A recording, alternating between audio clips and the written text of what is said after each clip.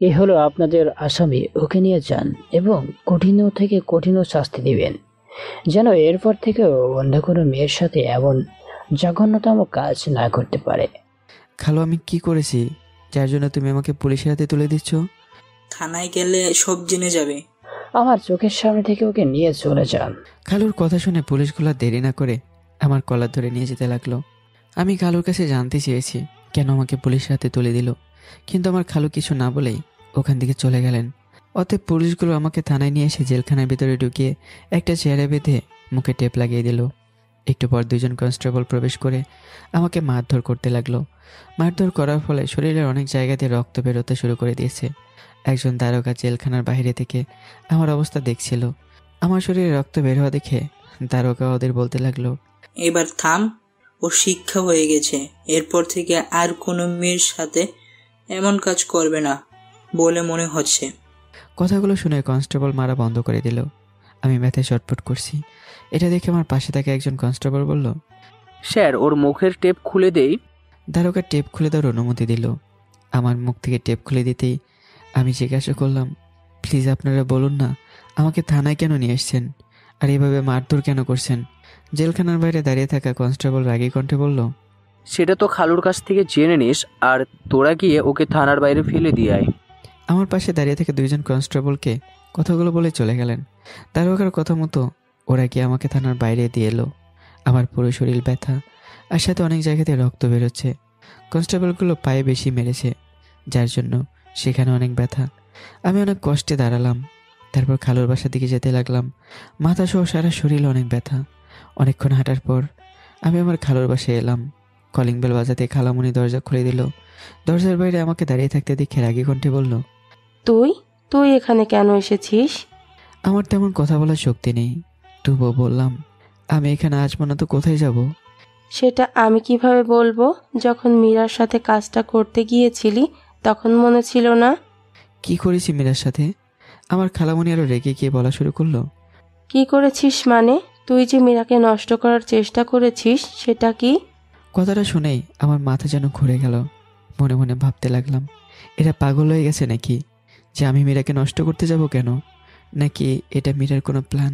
তুমি কি বলছো? আমি ওকে এসব কেন করতে যাব? উল্টে মীরাই তো আমাকে আঘাত করেছে। মীরা নিজের ইজ্জত বাঁচানোর জন্যই এই রকম করেছে। আমি কিছু বলতে যাব, কিন্তু মাথা ব্যথার কারণে আর কিছুই বলতে পারলাম না। তখন ভেতর থেকে আমার খালু বলল, ওর সাথে এত কথা বলছো কেন? ওইখানে ওর জামা কাপড় ব্যাগ রাখা আছে, সেগুলোকে দিয়ে ওইখান থেকে চলে যেতে বলো। আমার খালামুনি ভেতরে গিয়ে জামা কাপড় আর ব্যাগটা নিয়ে এসে আমার দিকে ছড়িয়ে দিয়ে বলল, এখানে তোর সব জামা কাপড় আছে, তুই আমাদের সামনে থেকে চলে যা, আমরা তোর মুখটাও দেখতে চাই না। আমার মাথা ব্যথা করছে অনেক। তবুও খালামণিকে বললাম, তোমরা আমাকে তাড়িয়ে দিলে আমি কোথায় যাব?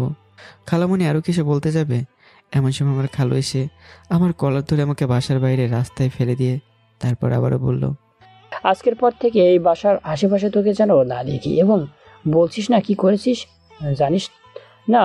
তাহলে শোন, বিরাকে তুই নষ্ট করে চেয়েছিস, সেটা ভুলে গিয়েছিস? জন্ম নির্ধারকের ওষুধ দিয়ে বলেছি এসব খেয়ে করলে কিছুই হবে না, তাতে সে রাজি হয়নি দেখে ওর সাথে জোর করতে গিয়েছিলে। নিজের ইজ্জত রক্ষা করার জন্য তোকে আঘাত করেছে, এসব কথা কি ভুলে গিয়েছিস? এরকম যত কথা শুনছি তত অবাক হচ্ছে। মীরা বলেছিল আমার উপর এমন অপবাদ দেবে যেটাতে হাজার সত্য বললেও কাজ হবে না।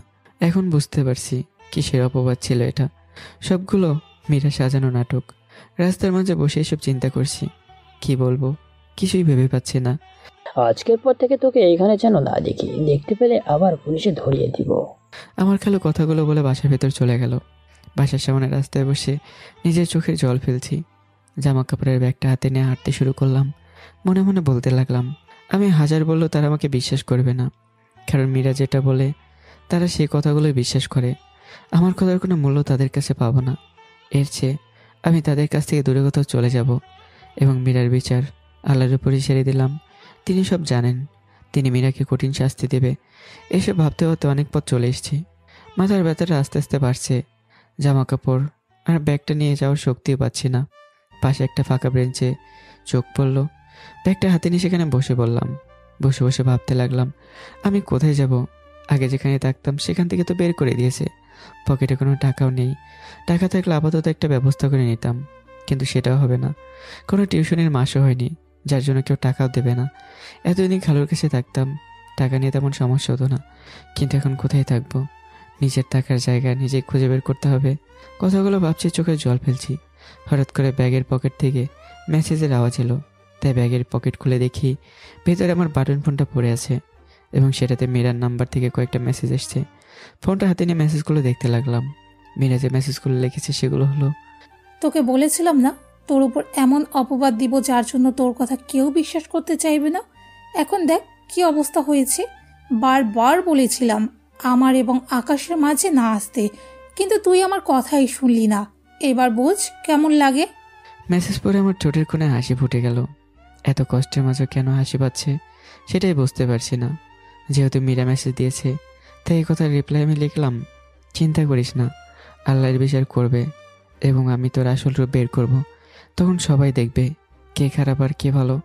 মেসেজটা পাঠিয়ে দিয়ে ফোনটা অফ করলাম। আপনারা হয়তো বা কিছুই বুঝতে পারছেন না, তাই না? তাহলে চলুন ফ্ল্যাশব্যাকে যাওয়া যাক। একদিন মীরা একটা ছেলের সাথে চৌরাস্তার বড় ফার্মেসির দোকান থেকে জন্ম নিরোধক ইঞ্জেকশন নিয়ে ফার্মেসির বাইরে রাস্তায় এসে দাঁড়ালো। ছেলেটি হাতে তার ছোট্ট কাগজে মোড়ানো ওষুধগুলো মীরার হাতে দিয়ে বলল, মীরা, এই ওষুধগুলো বাসায় গিয়ে খেয়ে নিও, আর কোনো সমস্যা হবে না। মীরা কাগজটা হাতে নিল। ভেতরে কি আছে সেটা না দেখেই ব্যাগে রেখে দিয়ে বলল, এর ভেতরে কিসের ওষুধ আছে? জন্ম নিরোধক কিছু ওষুধ আসে যেগুলো খেলে আর কোনো সমস্যা হবে না। মীরা কিছুটা চিন্তিত। আকাশ, আমার অনেক চিন্তা হচ্ছে। আমি যদি প্রেগনেন্ট হয়ে যাই তাহলে কি হবে? মীরা, এত চিন্তা করছো কেন? তোমাকে জন্ম নিরোধক ইঞ্জেকশন দিয়ে দিয়েছি, এতে আর কোনো সমস্যা হবে না। এবং এটা তো আর প্রথম না, এর আগেও তো আমাদের সাথে অনেকবার হয়েছে, তখন তো কিছু হয়নি, এবারও কিছু হবে না। ঠিক আছে, তবে কথা দাও, আমি যদি প্রেগনেন্ট হয়ে যাই তাহলে তুমি আমাকে বিয়ে করবে? আকাশ মীরা ডান হাত শক্ত করে ধরে বলতে লাগলো, আমি তোমাকে বলেছিলাম চাকরি পেলেই তোমাকে বিয়ে করব, এই কথা বলার পরও তুমি চিন্তা করো কেন? জানি না, তুমি বারবার বলার পরও আমার শুধু চিন্তা হয়। এরপর থেকে আর চিন্তা করবে না, সবসময় আমার উপরে ভরসা রাখবে, ওকে? মীরা মুচকে একটা হাসি দিল। আকাশ একটা রিক্সা ডাকলো, তারপর দুজনে রিক্সা উঠে চলে গেল। তারা চলে যেতে রাস্তায় জ্যাম লেগে গেল। সেই জ্যামের অপর পাশে আমি দাঁড়িয়েছিলাম। মীরা আমার খালাতো বোন। আমি মীরাকে অন্য ছেলের সাথে দেখতে পেয়ে আমি সেখানে দাঁড়িয়ে যাই। মীরা কি করছিল সেটা আমি শুরু থেকেই দেখেছি। এই বিষয়ে আমার অনেক আগে থেকে সন্দেহ ছিল, কিন্তু আজকে অনেক পরিষ্কার হয়ে গেল। মীরা এবং আকাশ অনেকটা পথ চলে গেছে। তাই আমি রাস্তা পার হয়ে ফার্মেসি দোকানে প্রবেশ করতেই দোকানের একজন কর্মচারী এসে বলল, হ্যাঁ ভাইয়া, বলুন কি লাগবে? আমি পকেট থেকে ফোনটা বের করলাম। গ্যালারিতে গিয়ে মীরার ছবি বের করে কর্মীকে দেখিয়ে বললাম, মেয়েটাকে ভালো করে দেখুন, আমি এখানে এর বিষয়ে কিছু জানতে এসেছি। একটু আগে একটা ছেলের সঙ্গে এখানে এসেছিল। এখন আপনি কি বলতে পারবেন কেন এসেছিল? দোকানের কর্মীটা সন্দেহ চোখে আমার দিকে একবার তাকিয়ে আবার ছবির দিকে মন দিল। কিছুক্ষণ চুপ থেকে বলা শুরু করলো, আপনি মেয়েটার কি হন, তার ব্যাপারে জানতে এসেছেন? আমি ওর ভাই। এবার বলুন কেন এসেছিল? যেহেতু ভাই হন তাই বলছি, মেয়েটা কয়েকদিন পর পর ছেলেটার সাথে এখানে আসে। কিসের জন্য আসে? এবং আমি রাস্তার ওপাশ থেকে দেখলাম সে ইঞ্জেকশন নিচ্ছে, সেটা কিসের একটু বলুন তো। মেয়েটা আজকে জন্ম নিরোধক ইঞ্জেকশন নিতে এসেছিল, তার সাথে কয়েকটা ঔষধ। এসব কথাগুলো শুনে আমি অনেক অবাক হয়ে যাই। কর্মী ভুল বলছে না তো আবার? কাজের চাপে অনেক সময় ভুল বলে দেয়। তাই নিশ্চিত হওয়ার জন্য মীরা ছবিটা আবারও দেখালাম। তারপর বললাম, আপনি কি নিশ্চিত এই মেয়েটা ইঞ্জেকশন নিয়েছে? হ্যাঁ ভাই, এই মেয়েটাই। আমি আর কিছু বলার মতো ভাষা খুঁজে পেলাম না। দোকানের কর্মীকে কিছু না বলে বের হয়ে রাস্তা দিয়ে হেঁটে হেঁটে পাশের দিকে যেতে লাগলাম। রাস্তা দিয়ে হাঁটছি আর মনে মনে বলছি, ভাগ্য ভালো আজকে টিউশনি করে দেরিতে ফিরেছিলাম, না হলে মীরার আসল চেহারা আর কখনোই দেখতে পেতাম না। আজকে গিয়ে মীরাকে বোঝাতে হবে সেরকম খারাপ কাজ কেন করলো। এসব ভাইরাল হলে সমাজে আর কারো সামনে মুখ দেখাতে পারবে না। সে কি সেটা কি কখনো ভেবেছে? তার সাথে এটাও জানতে হবে ওই ছেলেটা কে, যে ওর সাথে ফার্মেসিতে এসেছিল। আজকে বাসায় গিয়ে সব সত্য বের করব। এসব ভাবতে ভাবতে বাসার দিকে হেঁটে যাচ্ছি। আর বাসার দিকে হেঁটে যাচ্ছি। আমার নাম সাজ্জাদ। আপন বলতে আমার কেউ নেই। ছোট থেকে খালার বাসায় বড় হয়েছি। অনার্স ফাইনাল ইয়ারে পড়াশোনা করি। আর মীরার যে ঘটনা বললাম সে হলো আমার খালাতো বোন। মীরার সাথে যে ছেলেটা ছিল সে হলো মীরার বয়ফ্রেন্ড। বাকিগুলো গল্পের ভেতর থেকে আস্তে আস্তে জানতে পারবেন। আমি বাসার সামনে এসে দেখতে পেলাম মীরা ওই রুমের বেলকনিতে দাঁড়িয়ে ফোনে কথা বলছে। মীরা আমাকে দেখা মাত্রই কল কেটে দিয়ে রুমের ভেতর প্রবেশ করলো। বিষয়টা আমি অনেক আগে থেকে খেয়াল করেছি, কিন্তু কিছু বলিনি। আমি বাসার ভেতর প্রবেশ করে কলিং বেল বাজালাম। একটু পর মীরার আম্মু মানে খালামণি দরজা খুলে দিল। আমি বাসার ভেতর প্রবেশ করেই মীরার রুমে চলে গেলাম। মীরা বিছানায় চোখ বন্ধ করে শুয়েছিল। খাটের একপাশে বসার চেয়ার ছিল, সেখানে গিয়ে বসতে বসতে আমি মীরাকে বললাম, মীরা, ঘুমিয়ে গেছিস নাকি? আমার কণ্ঠ শুনে মীরা চোখ খুলে কিছুটা অবাক হয়ে বলল, ভাইয়া, এই সময় তুই আমার রুমে? কি বলবি, তাড়াতাড়ি বল। তোকে কয়েকটা প্রশ্ন করব, তার সঠিক উত্তরগুলো দিবি কেমন? ঠিক আছে, বল। একটু আগে তোকে চৌরাস্তার ফার্মেসির দোকানে একটা ছেলের সাথে দেখেছিলাম। ছেলেটার সাথে কি করছিলি সেখানে? আমি সব জানি, তবু আমি মীরার মুখ থেকেই শুনতে চাই। কিন্তু আমার এমন কথা শুনে মীরার কপাল বেয়ে ঘাম ঝরতে লাগলো। মাথার উপর ফুল স্পিডে ফ্যান ঘুরছে, তবুও মীরা ঘেমে যাচ্ছে। চোখ বড় বড় করে আমার দিকে তাকিয়ে আছে। কি বলবে ভেবে পাচ্ছে না। মীরার এমন অবস্থা দেখে আমি আবারও জিজ্ঞাসা করলাম, চুপ করে আছিস কেন? কথা বলতে পারিস না? মীরা কিছুটা ভয় পেয়ে গেল। এত ভয়ের মাঝেও নিজেকে কিছুটা সামলে নিয়ে বলল, আমার এক বন্ধুর সাথে গিয়েছিলাম। মিথ্যা বলার জন্য আমার মাথায় রক্ত উঠে গেল। মীরার গালে ঠাস করে একটা থাপ্পড় মেরে দিলাম। মিথ্যে বলছিস কেন? চুপচাপ নিজ থেকে সত্য কথা বল, না হলে আমি নিজে তোর মুখ থেকে সত্য কথা বের করব। ছেলেটা কে, আর কিসের জন্য ছেলের সাথে ফার্মেসিতে গিয়েছিলি? মীরা কান্না করা শুরু করে দিল, কিন্তু এতে আমার মন গলার নয়। আমি আগের মতো অটুট হয়ে আছি, কোনো মতে নিজের রাগকে নিয়ন্ত্রণে রেখেছি। মীরা কিছু বলছে না, চুপচাপ কান্না করে যাচ্ছে। এটা দেখে আমার রাগ আরও বেড়ে গেল। তবুও নিজেকে নিয়ন্ত্রণ করে কঠোর গলায় বললাম, বলতিস না কেন? ছেলেটা কে এবং তার সাথে ফার্মেসিতে গিয়েছিলি কেন? মীরা কান্না করা অবস্থাতেই বলল, ছেলেটার নাম আকাশ, আমার বয়ফ্রেন্ড। আমাদের 3 বছরের রিলেশন। সেটা বুঝলাম, কিন্তু তুই ওর সাথে ফার্মেসিতে গিয়েছিলি কেন? মীরা আমার দিকে চোখ বড় বড় করে তাকিয়ে কান্না করতে লাগলো। আমি সব কথা জানলেও মীরার মুখ থেকে সব কথা শুনে নিশ্চিত হতে চাই যে দোকানের কর্মীটা সত্য বলেছি কিনা। মীরা চোখ বড় করে আমার দিকে তাকিয়ে আছে। এবার কি বলবে সেটা যেন ভেবে পাচ্ছে না। আমি নিজের রাগকে কোনোভাবে নিয়ন্ত্রণ করতে পারলাম না। মীরার দুগালে 2টা থাপ্পড় মেরে মীরার ব্যাগ থেকে আকাশের দেওয়া কাগজটা বের করে নিয়ে এসে কাগজের ভেতরে থাকা ওষুধগুলো মীরার সামনে ঢেলে দিলাম। মীরা ওষুধগুলোর দিকে তাকিয়ে চোখের পানি ফেলছে। ওষুধগুলো জন্ম নিরোধকের। আমি মীরার চুলের মুঠি ধরে বললাম, তোর এই ব্যাগে ওষুধগুলো কিসের জন্য এসছে এবং আজকে ফার্মেসিতে এই ইঞ্জেকশন কেন নিয়েছিস? মীরা নিজের হাত দিয়ে চুল ছাড়ানোর চেষ্টা করলো, কিন্তু আমি আরও জোরে চুল শক্ত করে ধরলাম। নিজের বয়ফ্রেন্ডের সাথে এসব নষ্টামি করতে তো লজ্জা লাগলো না? খালা গিয়ে তোকে এসব করার জন্য শিক্ষা দিয়েছে এবং সেগুলো করেছিস। এখন যদি প্রেগনেন্ট হয়ে পড়িস তাহলে তোর দায়িত্ব কে নেবে? তোর প্রেমিকা আকাশ নেবে তোর দায়িত্ব? কথাগুলো বলে চুলের মুঠি ছেড়ে দিলাম। মীরা চুল হাত দিয়ে ধরে কান্না করছে। পাশের চেয়ারে আমি মাথায় হাত দিয়ে রাগে বসে আছি। ছোট থেকে যাকে নিজের বোনের মতো করে দেখে এসেছি, সে যদি এসব কাজ করে তাহলে কার মাথা ঠিক থাকবে? মীরাকে দিয়ে এসব আশা করিনি কখনো। মীরা চুলে হাত দিয়ে কান্না করতে করতে বলল, তুমি যেগুলো শুনেছো সবকিছু মিথ্যে। আমি কারোর সাথে কিছু করিনি। কি করছিস না করছিস সব কিছু প্রমাণ আমার কাছে আছে। আমি মনে করতাম তুই শুধু রিলেশন করিস, কিন্তু তুই তো এর থেকেও খারাপ কাজ করিস। কেন ভাইয়া, ভালোবাসা অপরাধ নাকি? আমি বলিনি যে ভালোবাসা অপরাধ। তুই যে কাজ করেছিস সেটা জঘন্য কাজ। তুই তো নিচ হতে গেছিস কেন? মীরা কিছু বলছে না, শুধু কান্না করেই যাচ্ছে। মীরা কিছু বলছে না, শুধু কান্না করেই যাচ্ছে। কান্না করা আমার মোটেও পছন্দ হচ্ছে না। মাথা ভর্তি রাগ এবং বিরক্তি নিয়ে তাকে আবারও বললাম, এই ন্যাকা কান্না বন্ধ কর। আজকে থেকে তোর বাইরে যাওয়া সম্পূর্ণ বন্ধ। সারাদিন বাসায় বসে থাকবি, আমি তোর আকাশের ব্যবস্থা করছি। কথাগুলো বলে আমি রুম থেকে বেরোতে যাব, এমন সময় মীরা কি আমার পা জড়িয়ে ধরল আর বলতে লাগলো, প্লিজ ভাইয়া, তুই আকাশকে কিছু করিস না। তার সাথে আব্বু আম্মুকেও কিছু বলিস না। আকাশের কিছু হলে আমি বাঁচতে পারবো না। আমি মীরার কাছ থেকে পা ছাড়িয়ে নিয়ে বললাম, খালু বাসায় এলে তাকে সব বলবো। তুই কতটা নিচু হয়ে গেছিস সেটা তাকে জানাতেই হবে।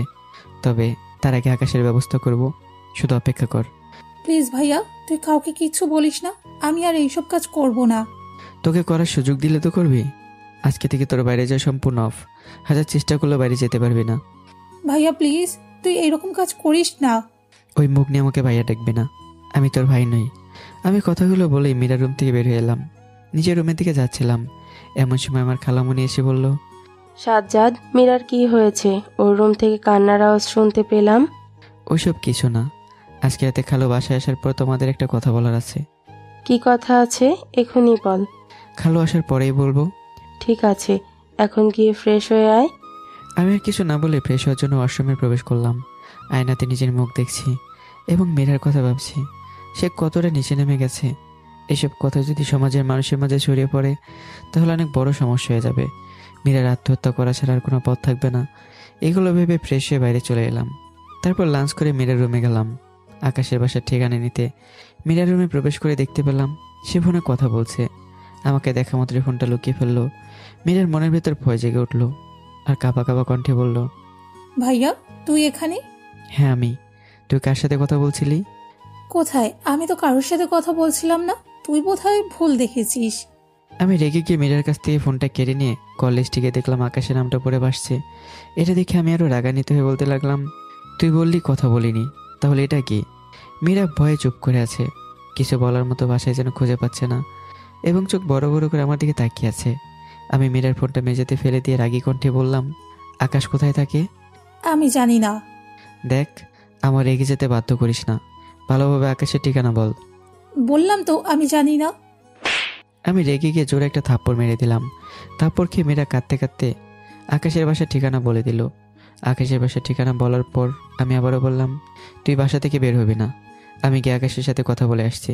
কথাগুলো বলে আমি মীরার রুম থেকে বেরোতে যাব, তখন পিছন থেকে ভারী কিছু দিয়ে আমার মাথায় আঘাত করলো। আঘাত করার জন্য আমার মাথা দিয়ে রক্ত বেরোতে লাগলো। তোকে অনেক বারণ করেছিলাম, কিন্তু আমার কথা শুনলি না।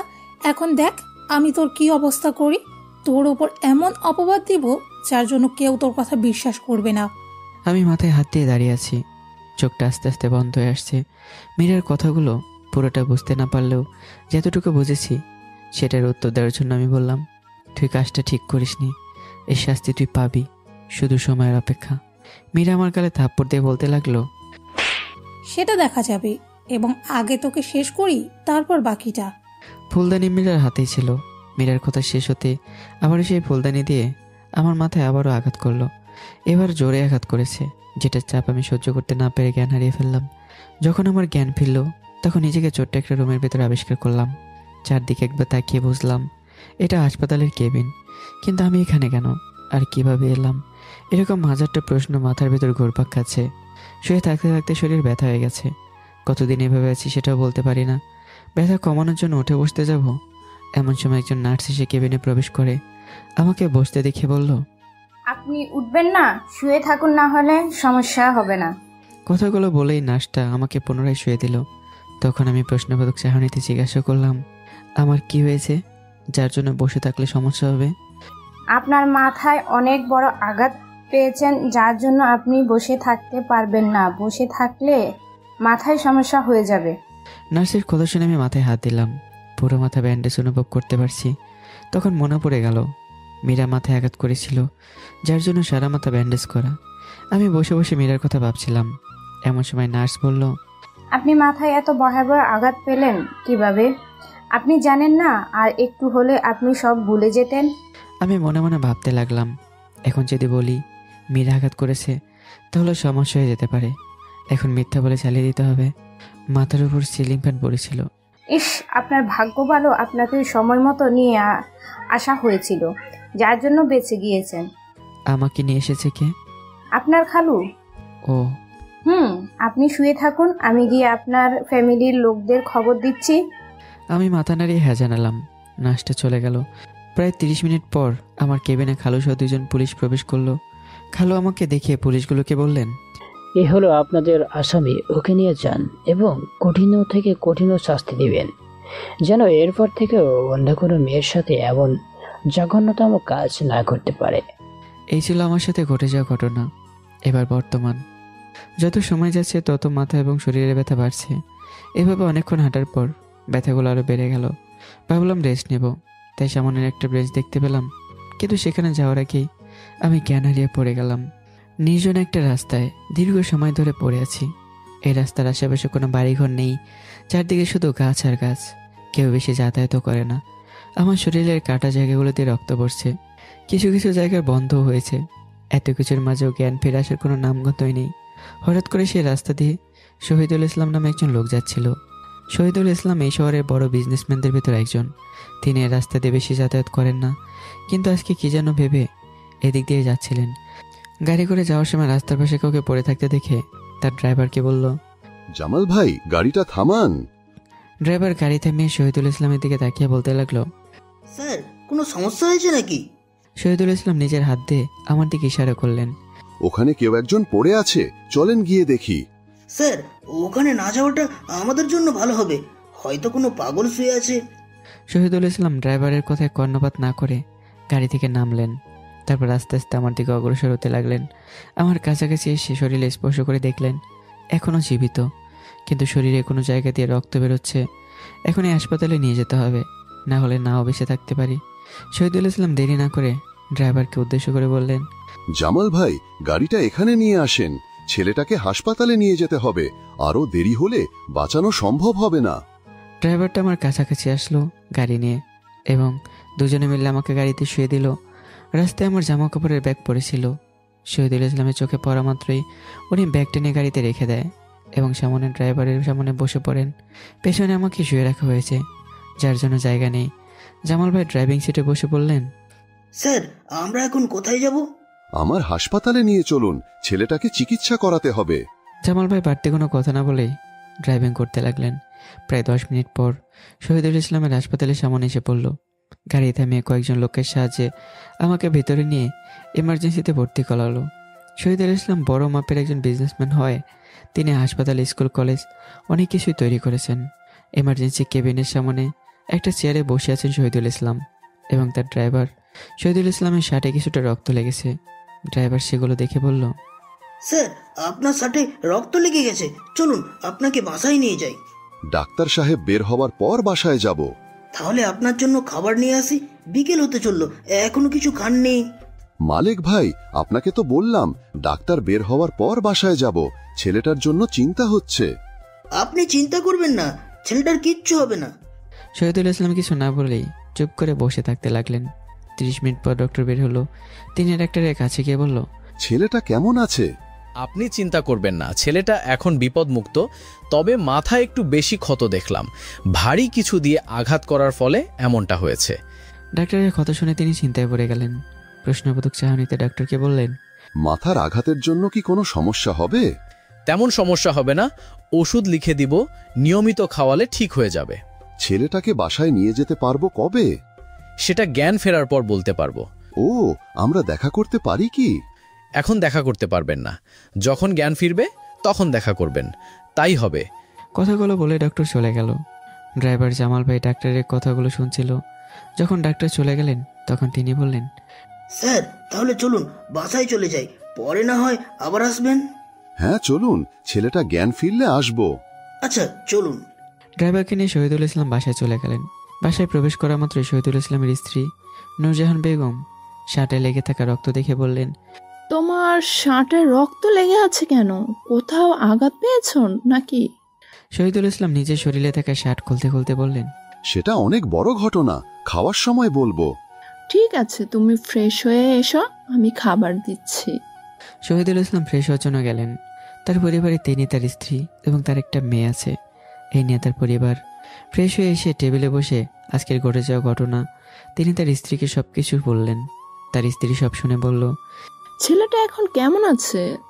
ডাক্তার বলল ভালো আছে, কিন্তু জ্ঞান ফিরবে কখন সেটা বলতে পারছে না। ও ছেলেটার জ্ঞান ফিরলে আমাদের বাসায় নিয়ে এসো কেমন? স্বামীয়াকে দেখছি না, ওর রুমে শুয়ে আছে। খাবার খেয়েছে? হ্যাঁ, একটু আগে খেয়ে গিয়েছে। আচ্ছা। তারপর তিনি খাওয়া শেষ করে নিজের রুমে গিয়ে বিশ্রাম নিতে লাগলেন। 2 দিন পর আমার জ্ঞান ফিরল। জ্ঞান ফেরার পর নিজেকে হাসপাতালের কেবিনে দেখে অনেকটা অবাক হয়ে মনে মনে বলতে লাগলাম, আমি এখানে কেন? আমার যতদূর মনে আছে আমি রাস্তার ভেতর অজ্ঞান হয়ে গিয়েছিলাম। নিশ্চয়ই আমাকে কেউ নিয়ে এসছে, কিন্তু সে কে? আমার মাথায় এরকম প্রশ্ন ঘুরপাক খাচ্ছিল। ঠিক সেই সময় ডক্টর কেবিনে প্রবেশ করলেন। আমার জ্ঞান ফিরে দেখে তিনি শহীদুল ইসলামকে কল করে জানিয়ে দিলেন। তারপর আমার কাছে এসে বললেন, এখন কেমন লাগছে? আমি ডাক্তারের দিকে অবাক দৃষ্টিতে তাকিয়ে বললাম, আপনি কে? আমি এই হাসপাতালের একজন ডাক্তার, আপনার চিকিৎসাগুলো আমি করছি। ও, আমি এখানে কিভাবে এলাম? আমার যতদূর মনে আছে আমি রাস্তায় পড়েছিলাম। হ্যাঁ, আপনাকে আমাদের স্যার নিয়ে এসেছে, তিনি আপনার চিকিৎসা করিয়েছেন। আপনাদের স্যারের নাম কি? উনি আসছে, তার কাছ থেকে সব জেনে নিয়েন। আপনার এখন রেস্টের দরকার, তাই ঘুমিয়ে পড়ুন। কথা শেষ হতেই ডক্টর চলে গেলেন। আমি চোখ বন্ধ করে বিশ্রাম নিতে লাগলাম। অন্যদিকে শহীদুল ইসলাম তার অফিসের কাজ শেষ করে ড্রাইভারকে নিয়ে হাসপাতালে এলেন। তারপর ডক্টরের সাথে দেখা করলেন। ডক্টর ওনাকে নিয়ে আমার কেবিনে প্রবেশ করলেন। এদিকে কেবিনেকার অবস্থিত টের পেয়ে আমি চোখ খুলে দেখলাম ডক্টরের সাথে একটা লোক দাঁড়িয়ে আছে। লোকটাকে দেখে আমি কিছু বলতে যাব, তোর কি ডক্টর বললেন, উনি শহীদুল ইসলাম, বড় একজন বিজনেসম্যান। উনি আপনাকে নিয়ে এসেছে, আপনারা দুজনে কথা বলুন, আমি চলে যাচ্ছি। কথাগুলো বলে ডক্টর চলে গেলেন। শহীদুল ইসলাম আমার পাশে বসলেন। তারপর বলতে লাগলেন, তোমার নাম কি? জি, সাজ্জাদ। তোমার ওই অবস্থা হয়েছিল কেমন করে? আমি একটা দীর্ঘ শ্বাস ফেললাম। তারপর বললাম, সে অনেক কাহিনী, পরে না হয় বলবো। আমার হাতে অনেক সময় আছে, এখনই বলো। সত্যি শুনবেন? হ্যাঁ, শুনবো। শুরু থেকে শেষ পর্যন্ত বলো, কি হয়েছে। আমি আমার সাথে ঘটে যাওয়া সব ঘটনা খুলে বললাম। সবকিছু শুনে শহীদুল ইসলাম বললেন, তোমার সাথে অনেক খারাপ হয়েছে। যেহেতু তোমাকে বাসা থেকে বের করে দিয়েছে, এখন তুমি থাকবে কোথায়? এগুলো নিয়ে আমার চিন্তা নেই, একটা ব্যবস্থা হয়ে যাবে। তুমি যদি কোনো সমস্যা না হয় তাহলে তুমি আমার বাসায় থাকতে পারো। আরে না, আপনি যা করেছেন এটাই অনেক। এখন আপনার বাসায় গিয়ে থাকলে এটা খারাপ দেখাবে। খারাপ দেখাবে কেন? আমার কোনো ছেলে নেই, আমি ব্যবসার কাজে বাইরে যাই। বাসায় শুধু আমার স্ত্রী এবং মেয়ে থাকে। এখন একজন ছেলে বাসায় থাকা দরকার। আমাকে ভাবতে দিন। ভাবতে হবে না, তুমি আমার বাসাতেই থাকবে, এটাই ফাইনাল। এর বিরুদ্ধে কোনো মতামত শুনতে চায় না। জোর করার কারণে আমি মাথা নাড়িয়ে হ্যাঁ বললাম। এটা দেখে উনি মুচকে হাসি দিয়ে বলল, তুমি শুয়ে থাকো, আমি ডাক্তারের সাথে কথা বলে আসছি। আমি হ্যাঁ জানালাম। শহীদুল ইসলাম কেবিন থেকে বের হয়ে ডক্টরের কাছে গেলেন। এদিকে আমি মনে মনে বলতে লাগলাম, এই যুগে এমন মানুষ পাওয়া খুবই কঠিন। আমাকে চিকিৎসা করালো এবং থাকার জন্য নিজের বাসায় নিয়ে যাচ্ছে। এমন ভাবছে যেন আমি তার নিজেরই আপন কেউ। এতক্ষণে শহীদুল ইসলাম ডাক্তারের সাথে কথা বলা শেষ করে এসেছে। কেবিনে প্রবেশ করে আমাকে ভাবতে দেখে বলতে লাগলেন, এত কি ভাবছো? আমি নিজেকে কিছুটা সামলে নিলাম। না, কিছু না। ডাক্তারের সাথে কথা বলে এসেছি, কালকে তোমায় বাসায় নিয়ে যাব। আজকের দিনটা শুধু হাসপাতালে থাকতে হবে। ঠিক আছে। আমার জরুরি কিছু কাজ আছে, তাই চলে যাচ্ছি। কালকে এসে তোমাকে নিয়ে যাব। আচ্ছা। নিজের খেয়াল রেখো, বাই। সেদিনের মতো শহীদুল ইসলাম চলে গেলেন। পরদিন সকালবেলা হাসপাতাল থেকে আমাকে নিয়ে এলেন বাসায়। বাসার সামনে এসেই আমাকে নিয়ে কলিং বেল বাজালেন। তখন স্বামী এসে দরজা খুলে দিয়ে আমাকে দেখে বলল, তোমার সাথে এই ছেলেটাকে? শহীদুল ইসলাম আমাকে নিয়ে তার বাসার ভিতর প্রবেশ করলেন। সেটা একটু পরে বলছি, তুই অপেক্ষা কর, আমি ওকে রুমে দিয়ে আসি। স্বামী আর কোনো কথা বলল না, চুপ করে দাঁড়িয়ে থাকলো। তার বাবা আমাকে নিয়ে একটা রুমের ভেতর প্রবেশ করলেন। তারপর আমাকে বিছানায় বসিয়ে দিয়ে বলতে লাগলেন, এটা তোমার রুম, আজকে থেকে তুমি এখানেই থাকবে। আমি রুমের চারদিকে একবার তাকিয়ে দেখলাম। খুব সুন্দর একটা রুম, সবকিছু গুছিয়ে রাখা আছে। রুমটা খুব সুন্দর। লোকটা একটু মুচকে হাসি দিয়ে বলতে লাগলেন, তুমি থাকবে দেখে রুমটা সুন্দর করে সাজিয়েছি। আমার জন্য এত কিছু করতে গেলেন কেন? ভালো লেগেছে তাই করেছি। এখন তুমি রেস্ট নাও, পরে কথা হবে। ঠিক আছে। আমি বিছানায় শুয়ে পড়লাম। তারপর শহীদুল ইসলাম রুমের বাইরে বের হয়ে দেখলেন সামিয়া দরজার সামনে দাঁড়িয়ে আছে। সামিয়া শহীদুল ইসলামকে দেখা মাত্রই জিজ্ঞাসা করলো, আব্বু, ছেলেটা কে এবং আমাদের বাসায় নিয়ে এসেছো কেন? তোকে তো আম্মু কিছু বলেনি? সামিয়া মাথা নাড়িয়ে না জানালো। তখন তিনি বললেন, ঠিক আছে, তাহলে বলছি, সেগুলো মনোযোগ দিয়ে শোন। 3 দিন আগে যখন অফিস থেকে বাসায় আসছিলাম, এমন সময় ছেলেটাকে রাস্তায় আহত অবস্থায় পড়ে থাকতে দেখেছিলাম। ছেলেটার চেহারা দেখে আমার কেমন যেন মায়া লেগেছিল, তাই ওকে হাসপাতালে নিয়ে চিকিৎসা করিয়েছি। 2 দিন পর ওর জ্ঞান ফিরেছিল। তখন পরিবারের কথা জিজ্ঞেস করতে বলেছিল তার কেউ নেই, খালুর বাসায় থেকে বড় হয়েছে। কিন্তু ওর খালাতো বোন মিথ্যা একটা অপবাদ দিয়ে পুলিশের কাছে ধরিয়ে দিয়েছিল। তারপর থানা থেকে মারধর করার পর যখন ওর খালুর বাসায় যাই, তখন ওখান থেকে ওর জামাকাপড় দিয়ে বের করে দেয়। এখন ছেলেটার যাওয়ার জায়গা নেই, তাই আমাদের বাসায় নিয়ে এসেছি। এত কিছু সামিয়া অবাক হয়ে শুনছিল। কথাগুলো বলা শেষে নিজেকে সামলে নিয়ে বলল, কিসের জন্য অপবাদ দিয়েছিল? খুব খারাপ একটা কাজের জন্য। সেই কথা তুই না শুনলি, আমি তোকে এইসব বলতে পারবো না। সমস্যা থাকলে বলা লাগবে না, কিন্তু ছেলেটা এখানে থাকবে ভালো কথা। যদি আমাদের কোনো ক্ষতি করে? সেটা করবে না, ছেলেটা অনেক ভালো। এই যুগে ওরম মতো ছেলে পাওয়া খুব কঠিন। ঠিক আছে, তুমি যেহেতু বলছো মেনে নিলাম, কিন্তু ছেলেটা ভুলেও যেন আমার সাথে কথা বলতে না আসে। ঠিক আছে, আমি বলে দিব, যাবে না। সামিয়া নিজের রুমে গিয়ে শুয়ে পড়ল আর মনে মনে বলতে লাগলো, সাজ্জাদের ব্যাপারে যা জানা ছিল তার বেশি জেনে গেছি। আব্বু তো বলল ছেলেটা অনেক ভালো, তবুও সাজ্জাদকে আমার সুবিধার মনে হচ্ছে না। কখন কি করে ফেলবে সেটা বলা যায় না। ওর থেকে সবসময় সাবধানে থাকতে হবে। আরেকদিকে শহীদুল ইসলাম ড্রয়িং রুমে বসে টিভি দেখছিলেন। এমন সময় তার স্ত্রী এসে তার পাশে বসে বলতে লাগলো, কি ব্যাপার, আজকে অফিসে যাবে না? শহীদুল ইসলাম টিভি দেখে মগ্ন ছিলেন। নূরজাহান বেগম কে বলছেন সেটা ভালোভাবে শুনতে পাইনি। তার কথাটা আবার শোনার জন্য বললেন, হ্যাঁ কি জানো বললে, টিভি দেখছিলাম তাই শুনতে পাইনি। বলছি আজকে অফিসে যাবে না? আজকে আর যাব না, ম্যানেজারকে সব দেখাশোনা করতে বলে এসেছি। ও ও তুমি কিছু খাবে? এখন কিছু খাবো না। ছেলেটাকে কি খবর, বাসায় নিয়ে এসেছ? হ্যাঁ রুমের ভেতরে আছে, তুমি এক কাজ করো, ওর জন্য কিছু খাবার নিয়ে যাও। ঠিক আছে। নূরজাহান বেগম এক সেকেন্ডও দেরি না করে খাবার নিয়ে আমার রুমে প্রবেশ করলেন। আমি বিছানায় ঘুমিয়েছিলাম। নূরজাহান বেগম ঢুকতেই ঘুমটা ভেঙে গেল। রুমের ভেতর একজন অপরিচিত মহিলাকে দেখে কি বলবো সেটাই ভেবে পাচ্ছি না। নূরজাহান বেগমের দিকে তাকিয়ে আছি। এটা দেখে তিনি বললেন, এভাবে তাকিয়ে থাকার কিছু নেই, তোমার জন্য খাবার নিয়ে এসেছিলাম, এগুলো টেবিলে রেখে গেলাম, তুমি খেয়ে নিও। আমি তবুও তাকিয়ে আছি। এটা দেখে তিনি আবারও বললেন, তোমার কোনো সমস্যা হচ্ছে? আমি মাথা নাড়িয়ে না জানালাম। তখন সামিয়ার মা আবারও বলা শুরু করলো, তোমার কোনো কিছু জানার থাকলে জিজ্ঞেস করতে পারো। না, আমার কিছু জিজ্ঞাসা করার নেই।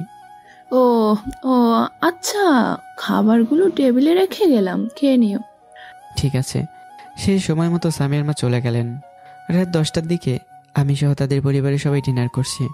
আমি ডিনার করছিলাম, এর মাঝে সামিয়ার বাবা সামিয়াকে দেখিয়ে দিয়ে বললেন, সাজ্জাদ, ও আমার একমাত্র মেয়ে সামিয়া। আমি সামিয়ার দিকে একবার তাকালাম, তবে কিছু বললাম না। মুখটা ভালো করে দেখে চোখটা নামিয়ে নিলাম। তখন সামিয়ার বাবা তার স্ত্রীর দিকে দেখিয়ে দিয়ে বললেন, উনি হলেন আমার স্ত্রী, তোমার কোনো সমস্যা হলে ওনাকে জানাবে। আমি মাথা নেড়ে হ্যাঁ জানালাম। সবাই পরিচয় দিতে দিতে আমার খাবার শেষ। টেবিল থেকে হাত ধুয়ে উঠতে যাব, এমন সময় আবারও সামিয়ার বাবা বললেন, তুমি পড়াশোনা করো কিসে? জি, আমি এবার অনার্স ফাইনাল ইয়ারে। ও, সামিয়ার থেকে 1 বছরের সিনিয়র তুমি। সামিয়া এবার অনার্স 3rd ইয়ারে। ও ভালো, এতে সমস্যা কোথায়? আরে না, কোনো সমস্যা নেই।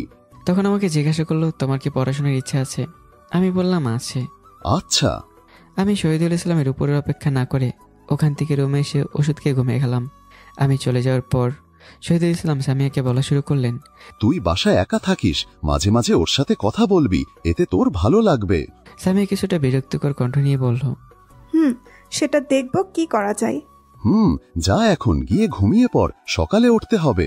সামিয়ার বাবার কথাগুলো শুনে সামিয়া রুমে চলে গেল। অনেক রাত হয়ে যাওয়াতে সামিয়ার বাবা উনিও রুমে গিয়ে ঘুমিয়ে পড়লেন। পরদিন আমার ঘুম ভাঙলো সামিয়ার মায়ের ডাকে। চোখ খুলে তাকে দেখে আমি বলা শুরু করলাম, আন্টি দাঁড়িয়ে আছেন কেন, খাটে বসুন। সামিয়ার মা কিছুটা মুচকি হাসি দিয়ে বললেন, না বাবা থাক, তুমি বললে এটাতে অনেক খুশি। আমার কাছে কোন দরকারে এসেছিলেন? অনেক বেলা হয়ে গিয়েছে তাই ডাকতে এসেছিলাম। আমি তোমার নাস্তার ব্যবস্থা করছি, তুমি গিয়ে ফ্রেশ হয়ে আসো, নাস্তা শেষে ওষুধ খেতে হবে। হ্যাঁ আপনি জান, আমি ফ্রেশ হয়ে আসছি। আন্টি কিছুটা মুচকি হাসি দিয়ে রুম থেকে বের হয়ে গেল। আমি বিছানা থেকে নেমে ওয়াশরুমে গিয়ে ফ্রেশ হয়ে নিলাম। তারপর নাস্তা করার জন্য রুমের বাইরে বের হলাম। আমি খাবার টেবিলে কিছুটা কাছাকাছি এসে সামিয়াকে দেখে কিছুটা অবাক হয়ে গেলাম, কারণ বাসায় আসার পর থেকেই সামিয়াকে সবসময় মডার্ন জামা কাপড়ে পরতে দেখেছি, কিন্তু এখন বোরকা পরে আবার টেবিলে বসে আছে। এই বিষয়টা আমার অনেক ভালো লাগলো। যেখানে অন্য সকল বিজনেসম্যানের মেয়েরা ছোটো ছোটো জামা কাপড় পরে পুরো শহর ঘুরে বেড়ায়, সামিয়া তাদের মতো ধনী হয়েও বোরকা পরে ঘুরে বেড়ায়। এই ব্যাপার আমার কাছে খুব পছন্দ হলো। আমি খাবার টেবিলে বসে আছি, আমার সামনে সামিয়া বসে আছে। কারো প্লেটে কোনো প্রকার খাবার নেই। এদিকে সামিয়ার ভার্সিটির লেটও হয়ে যাচ্ছে। অনেকক্ষণ ধরে অপেক্ষা করছে, কিন্তু এখন আর পারছে না। কিছুটা বিরক্ত নিয়ে চেঁচিয়ে বলল, আম্মু আর কতক্ষণ লাগবে? দেরি হলে বলো, আমি বাইরে গিয়ে নাস্তা করে নিব। আন্টি কিচেন থেকে বললেন, আর একটু অপেক্ষা করা হয়ে এসেছে। সামিয়া আরও কিছুটা বিরক্ত নিয়ে বললেন, সেই কখন থেকে তো বলে যাচ্ছ আর একটু। কত সময় লাগবে সেটা বলছো না কেন? তখন আন্টি খাবার নিয়ে সামিয়া এবং আমার প্লেটে দিয়ে বললেন, নে এবার খেয়ে যা, আর চেঁচিয়ে বলতে হবে না। সামিয়া কিছু না বলে নাস্তা করে গাড়ি নিয়ে ভার্সিটি চলে গেল। এদিকে আমি নাস্তা শেষ করে ওষুধগুলো খেয়ে নিয়ে বাসাটা ঘুরে ঘুরে দেখতে লাগলাম। যখন থেকে বাসায় এসেছি তখন থেকে বাসাটা ভালো করে দেখতে পারিনি। এখন পুরো বাসা ঘুরে ঘুরে দেখব। বাসায় ঘুরে ঘুরে দেখতে দেখতে ছাদে চলে এলাম। ছাদে এক কোণে দাঁড়িয়ে বাসার সীমানা দেখছি। বাড়িটা বাইরে থেকে ছোট হলেও ভেতর অনেক বড়, অনেকগুলো রুম, তার সাথে অনেক কাজের লোক আছে। তুমি ছাদে আছো? আমি তোমাকে সারা বাসা খুঁজে বেড়াচ্ছি। হঠাৎ করে কণ্ঠ শুনে পিছনে তাকালাম। আন্টি হাতে তসবিনে দাঁড়িয়ে আছে।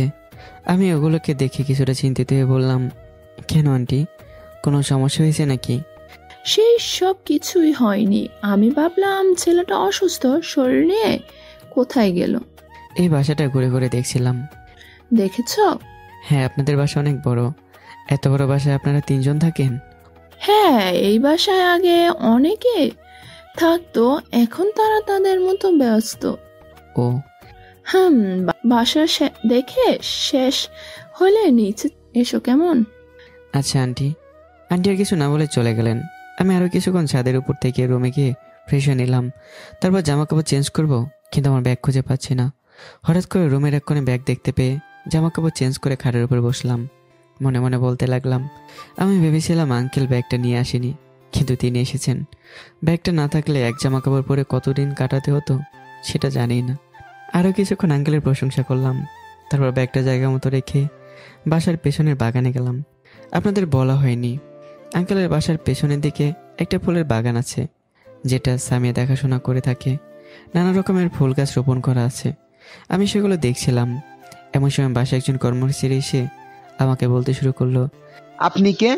বাগানের ভিতর কার অনুমতি নিয়ে প্রবেশ করেছেন? আমি কি বলবো কিছুই ভেবে পাচ্ছি না। চুপ করে দাঁড়িয়ে আছি। কি বলবো সেটা ভেবে পাচ্ছি না। বাগানে তো কারো অনুমতি নিয়ে আসিনি, আর বাগানে আসতে যে কারো অনুমতি লাগে সেটাও জানা ছিল না। কি হলো, বলছেন না কেন? কার অনুমতি নিয়ে এসেছেন? আমি কিছু বলতে যাব, তখনই আন্টি বাগানের ভেতর প্রবেশ করলেন। আমাকে কাজের লোকের সাথে কথা বলতে দেখে আমাদের কাছে এসে বললেন, কি হয়েছে এখানে? তখন কাজের লোকটি বলতে লাগলো, ম্যাডাম দেখেন, ছেলেটা বাগানের ভিতর দিয়ে ঘোরাঘুরি করছে। সামিয়া ম্যাম যদি এইরকম অচেনা একটা ছেলেকে বাগানের ভেতর দেখে তাহলে কি বলবে ভেবে পাচ্ছেন? সেই সব নিয়ে তোমার বাবা লাগবে না, তুমি গিয়ে তোমার কাজ করো। ঠিক আছে। কাজের লোকটি আর কোনো কথা না বলে সেখান থেকে চলে গেল। তখন আন্টি আমাকে বললেন, তুমি ওনাকে বললে না কেন যে তুমি আমার কাছে থেকে অনুমতি নিয়ে এসেছো? এটা বলিনি, কারণ আপনি যদি রাগ করেন। এখানে রাগ করার কি আছে? বাসার ভেতরে কেউ তোমাকে বাধা দিলে আমার নাম বলবে, তাহলেই হবে। আচ্ছা, এরপর থেকে বলবো? হ্যাঁ, এখন রুমের ভেতরে চলো, বাইরে থাকতে হবে না, অনেক রোদ। আমি আর কোনো কথা না বলে বাসার ভেতর ঢুকে গেলাম। এভাবে শুয়ে বসে থাকতে থাকতে কেটে গেল 1 মাস। এই কয়েকদিনে আমি পুরোপুরি সুস্থ হয়ে গেছি, তবে শরীরের অনেক জায়গায় ক্ষত দাগগুলো থেকেই গেছে। আঙ্কেলের পরিবারের সাথে ভালো একটা সম্পর্ক হয়ে গেছে, তবে সামিয়া একটু কম কথা বলে। আমি এর সাথে কথা বলতে যাই না প্রয়োজন ছাড়া। একদিন বিকেলে আঙ্কেল, সামিয়া এবং আমি ড্রয়িং রুমে বসে টিভি দেখছিলাম। আন্টি নিজের রুমে শুয়ে আছেন। যখন সবার মনোযোগ টিভি দেখেছিল, এমন সময় আঙ্কেল আমাকে বললেন, তুমি কি আগে পড়াশোনা করতে?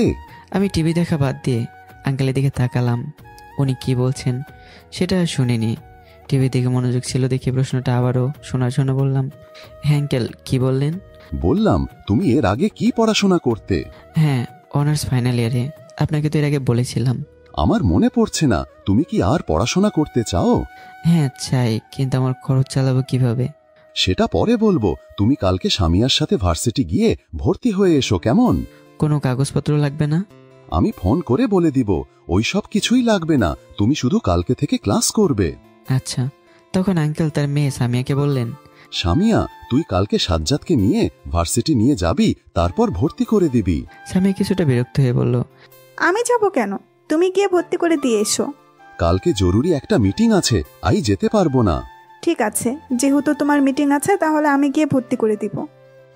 সমস্যা হলে আমাকে কল দিস, সব ঠিক হয়ে যাবে। আচ্ছা। তারপর আর কেউ কোনো কথা বলল না। পরদিন সকালে আমি নাস্তা করে সামিয়ার জন্য ড্রয়িং রুমে বসে আছি। একটু পর সামিয়া নিজ রুম থেকে বের হলো।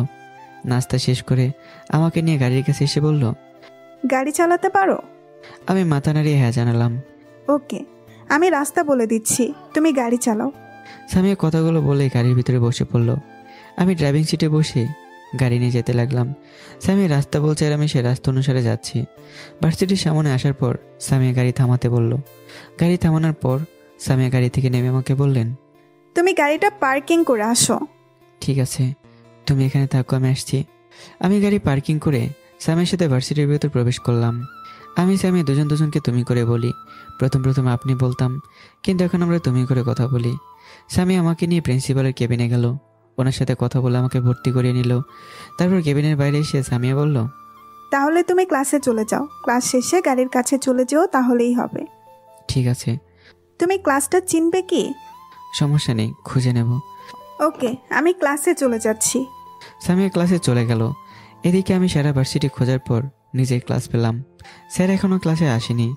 ক্লাসের লাস্ট বেঞ্চ ফাঁকা থাকায় আমি গিয়ে সেখানে বসে পড়লাম। একটু পর স্যার প্রবেশ করলো। ক্লাস করানোর সময় আমাকে দেখতে পেয়ে দাঁড়াতে বলল। আমি ভদ্রতার সাথে দাঁড়িয়ে গেলাম। তখন স্যার বললেন, তোমাকে তো এই ভার্সিটিতে আগে দেখিনি, নতুন ভর্তি হয়েছো নাকি? জি স্যার, আমি ভার্সিটিতে নতুন, আজকে ভর্তি হয়েছি। ও, তোমার নাম কি? সাজ্জাদ। আচ্ছা, মনোযোগ দিয়ে ক্লাস করো, কেমন? এখন বসো। আমি বসে পড়লাম। স্যার ক্লাস শুরু করলো। একে সব ক্লাস শেষ হয়ে যাওয়ার পর আমি ক্লাস থেকে বেরোতে যাব, এমন সময় একটা মেয়ে আমার পথ আটকে দাঁড়িয়ে বলল, হাই, আমার নাম ইরা। তোমার নাম তো সাজ্জাদ, তাই না? আমি মাথা নাড়িয়ে হ্যাঁ জানিয়ে বললাম, হ্যাঁ আমার নাম সাজ্জাদ। আমাকে নিয়ে আপনার কোনো কাজ আছে নাকি? তোমার সাথে বন্ধুত্ব করতে এসেছি, তুমি কি আমার সাথে বন্ধুত্ব করবে? আমার সাথে বন্ধুত্ব করলে আপনার সমস্যা হবে না? আমার সমস্যা হবে কেন? তুমি বন্ধুত্ব করবে কিনা এটা বলো। আমি মনে মনে ভাবতে লাগলাম, বন্ধুত্ব করলে খারাপ হয় না, এই ভার্সিটিতে নতুন একজন বন্ধু থাকলে ভালোই হবে। এইসব ভেবে ইরাকে বন্ধুত্বের জন্য হ্যাঁ বলে দিলাম। এরা কিছুটা খুশি হয়ে বলল, তাহলে আজকে থেকে তুই করে কথা বলবে, কেমন? আপনি করে বললে সমস্যা হবে নাকি? আপনি করে বলে কেমন যেন শোনা যায়। যেহেতু দুজন ক্লাসমেট, তাই তুই অথবা তুমি করে বললেই ভালো হবে। ঠিক আছে, তুমি করে বলবো তাই হবে। ওকে। ওদের সাথে কথা বলার মাঝখানে সামি এসে পড়েছে। আমাকে ইরার সাথে কথা বলতে দেখে বলল, ইরা আপু, তুমি ওনার সাথে কি কথা বলছো? সামিয়ার কথা শুনে ইরা বলল, তুমি ওকে চিনো? হ্যাঁ, ও তো আমাদের বাসায় থাকে। তাহলে তো ভালোই। ওদের কথা বলার মাঝখানে আমি বললাম, তোমরা কথা বলো, আমি গিয়ে গাড়ি নিয়ে আসছি। কথাটা বলে আমি গাড়ি নিতে গেলাম। অন্যদিকে ইরা এবং সামিয়া কথা বলছে। এরা সামিয়ার কাছে থেকে আমার ব্যাপারে জিজ্ঞাসা করছে। সামিয়া সব কিছুর উত্তর দিচ্ছে। এদিকে আমি গাড়ি নিয়ে ভার্সিটির গেটের সামনে অপেক্ষা করছি, কিন্তু সামিয়া আসছে না। অনেকক্ষণ অপেক্ষা করার পর সামিয়ার দেখা পাওয়া গেল, সাথে ইরাও আছে। দুজনে গাড়ির কাছে এসে দাঁড়ালো। একটু পর দুজনে গাড়িতে উঠে বসলো। তখন আমি বললাম, তাহলে কি যাব? গাড়ির পেছন থেকে সামিয়া বলল, হ্যাঁ যাও, তবে বাসায় যাওয়ার আগে ইরাকে ওর বাসায় নামিয়ে দিয়ে যাও। আমি তো ইরার বাসা চিনি না।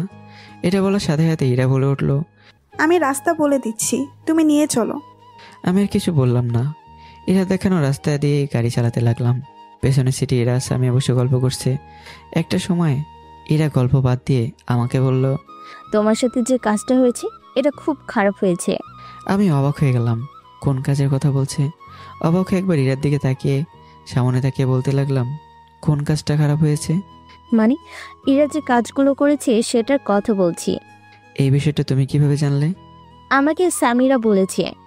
আর গাড়িটা থামাও। আমি গাড়ি থামিয়ে দিলাম। ইরার বাসায় চলে এসেছি।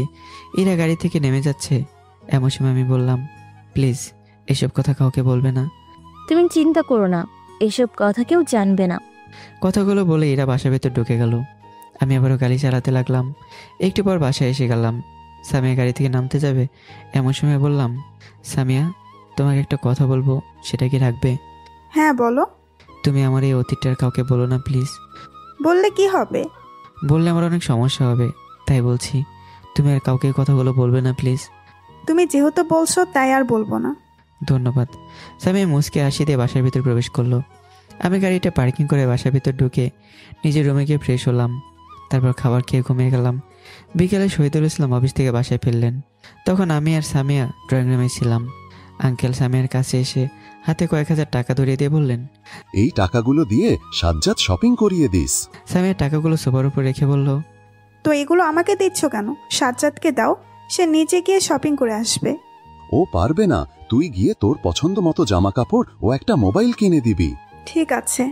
কালকে ভার্সিটি থেকে আসার পথে শপিং করিয়ে নিয়ে আসিস। আচ্ছা। সামিয়ার সাথে কথা বলে শেষ করে আঙ্কেল আমার কাছে এসে বললেন, কালকে ভার্সিটি থেকে আসার সময় তোমার পছন্দের মতো জিনিস কিনে নিয়ে এসো এবং কালকে থেকে তুমি আমার অফিসে কাজ করবে। আঙ্কেলের কথাগুলো শুনে আমি কে বলবো সেটা ভেবে পাচ্ছি না। হা করে আঙ্কেলের দিকে তাকিয়ে আছি। লোকটার সাথে যত সময় থাকছি ততই অবাক হয়ে যাচ্ছি। এই জায়গায় অন্য কেউ থাকলে হাসপাতাল রেখে নিজের মতো করে চলে আসতো, কিন্তু সে এমন করলো না। হাসপাতালে চিকিৎসা করে নিজের বাসায় নিয়ে এসেছে, সাথে নিজের অফিসে চাকরিও দিয়েছে। আমি তার দিকে তাকিয়ে কথাগুলো ভাবছিলাম। এভাবে তাকিয়ে থাকতে দেখে আঙ্কেল বললেন, কি হয়েছে? এভাবে তাকিয়ে থেকে কি ভাবছো? আঙ্কেলের কথা শুনে আমি চমকে উঠলাম। নিজেকে কিছুটা সামলে নিয়ে বললাম, কিছু না। ঠিক আছে, আমি রুমে চলে যাচ্ছি, কেমন? কথাগুলো বলে আঙ্কেল রুমে চলে গেলেন। আমি স্বামীর দিকে একবার তাকালাম। স্বামী টিভি দেখে ব্যস্ত, তাই আমিও টিভি দেখতে লাগলাম। পরদিন ভার্সিটির ক্লাস শেষে গাড়ির ভেতর বসে স্বামীর জন্য অপেক্ষা করছি, কিন্তু স্বামী আসার কোনো নামগন্ধই নেই। একটু পরে স্বামীকে দেখতে পাওয়া গেল, সাথে ইরাও গাড়ির দিকে আসছে। গাড়ি প্রায় কাছাকাছি এসে গেছে। তখন স্মার্ট একটা ছেলে এসে স্বামীর পথ আটকে দাঁড়ালো এবং পকেট থেকে একটা গোলাপ ফুল বের করে স্বামীকে প্রপোজ করে দিল। ভার্সিটির সবাই ওদের দুজনের দিকে তাকিয়ে আছে, বিশেষ করে আমি মনোযোগ সহকারে ওদের কর্মকাণ্ড দেখছি। সবাই ভেবেছিল স্বামীর প্রপোজাল অ্যাকসেপ্ট করে নেবে, কিন্তু না।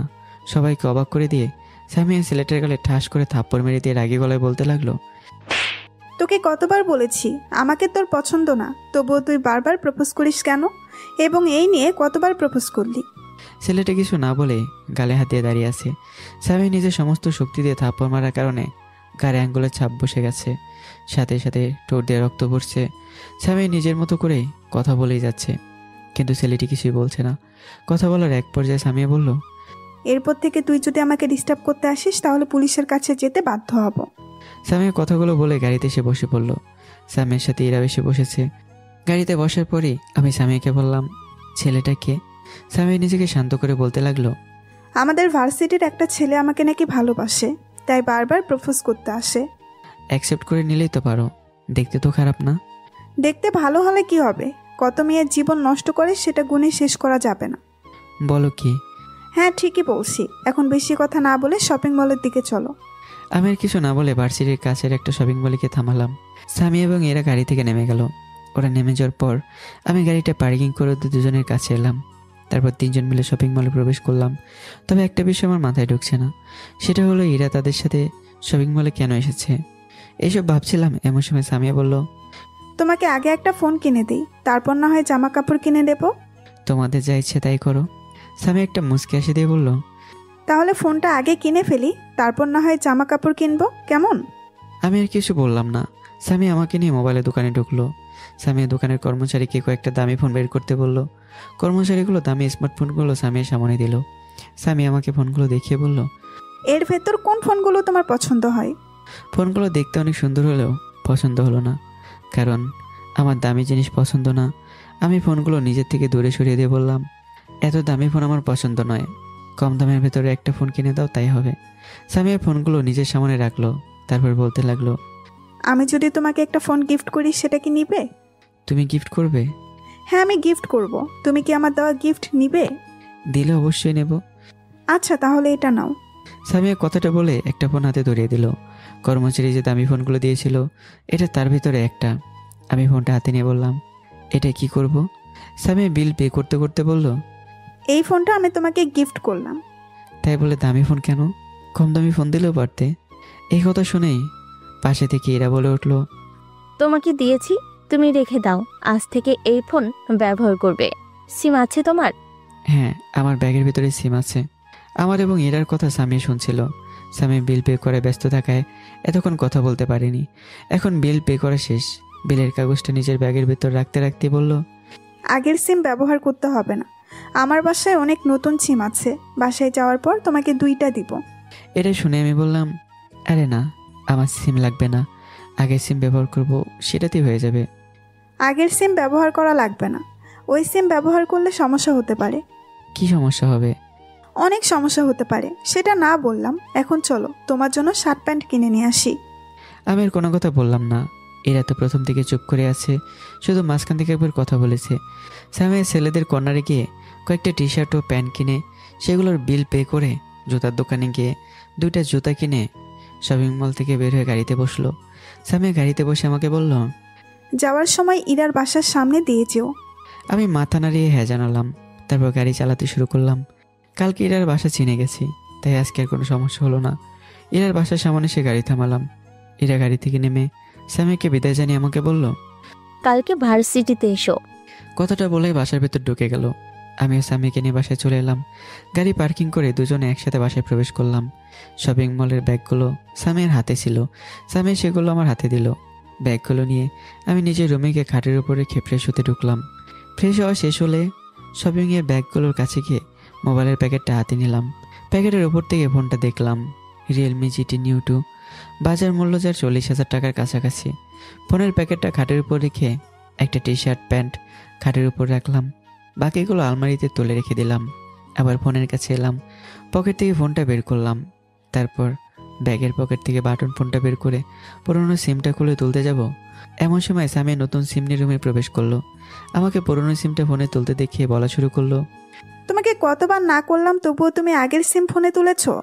আমি বুঝতে পারলাম না আগের সিম ব্যবহার করলে কি সমস্যা হবে। এই সিমটাতে অনেকের সাথে যোগাযোগ করা হতো, এখন আর সেটা হবে না। এই সিম ব্যবহার করলে কি সমস্যা হবে? সামি আমার হাত থেকে ফোনটা নিল। তারপর নতুন 2টা সিম নিয়ে ফোনের ভিতরে ঢুকিয়ে দিয়ে ফোন অন করতে বলল, এই সিম ব্যবহার করলে তোমার খালাতো বোন কল দিয়ে এমন এমন কথা বলবে যেগুলো শুনলে তোমার অনেক কষ্ট হবে, যেটা আমরা কেউ চাই না। তাই তোমাকে এই সিম ব্যবহার করতে দিব না। সত্যি তোমাদের মতো মানুষ এই যুগে পাওয়াই যায় না। এখন তো সবাই যার যার স্বার্থ বোঝে, অন্য চিন্তা কেউই করে না। বাদ দাও এইসব কথা, এখন খাবার খেয়ে অফিসে যাও। আজকে অফিসের প্রথম দিন, লেট হলে সমস্যা হয়ে যাবে। হ্যাঁ তুমি যাও, আমি আসছি। সামির হাতে আমার ফোন ছিল। ফোনটা আমার হাতে দিয়ে সামির রুম থেকে বের হয়ে গেল। আমি রেডি হয়ে লাঞ্চ করলাম। তারপর সামির কাছ থেকে অফিসের ঠিকানা নিয়ে একটা রিক্সা নিয়ে অফিসের উদ্দেশ্যে রওনা দিলাম। রিক্সা অফিসের সামনে আসার পর আমি রিক্সা থেকে নামলাম। তারপর ভাড়াটা দিয়ে অফিসটা দেখতে লাগলাম। বিশাল বড় একটা অফিস। অফিসটা কিছুক্ষণ দেখে প্রবেশ করলাম।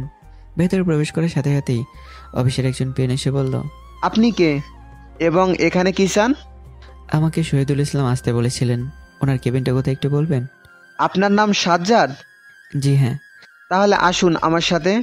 কথাটা বলে পিয়ন হাঁটা শুরু করলো। পিয়নের পেছন পেছন আমি হেঁটে যাচ্ছি।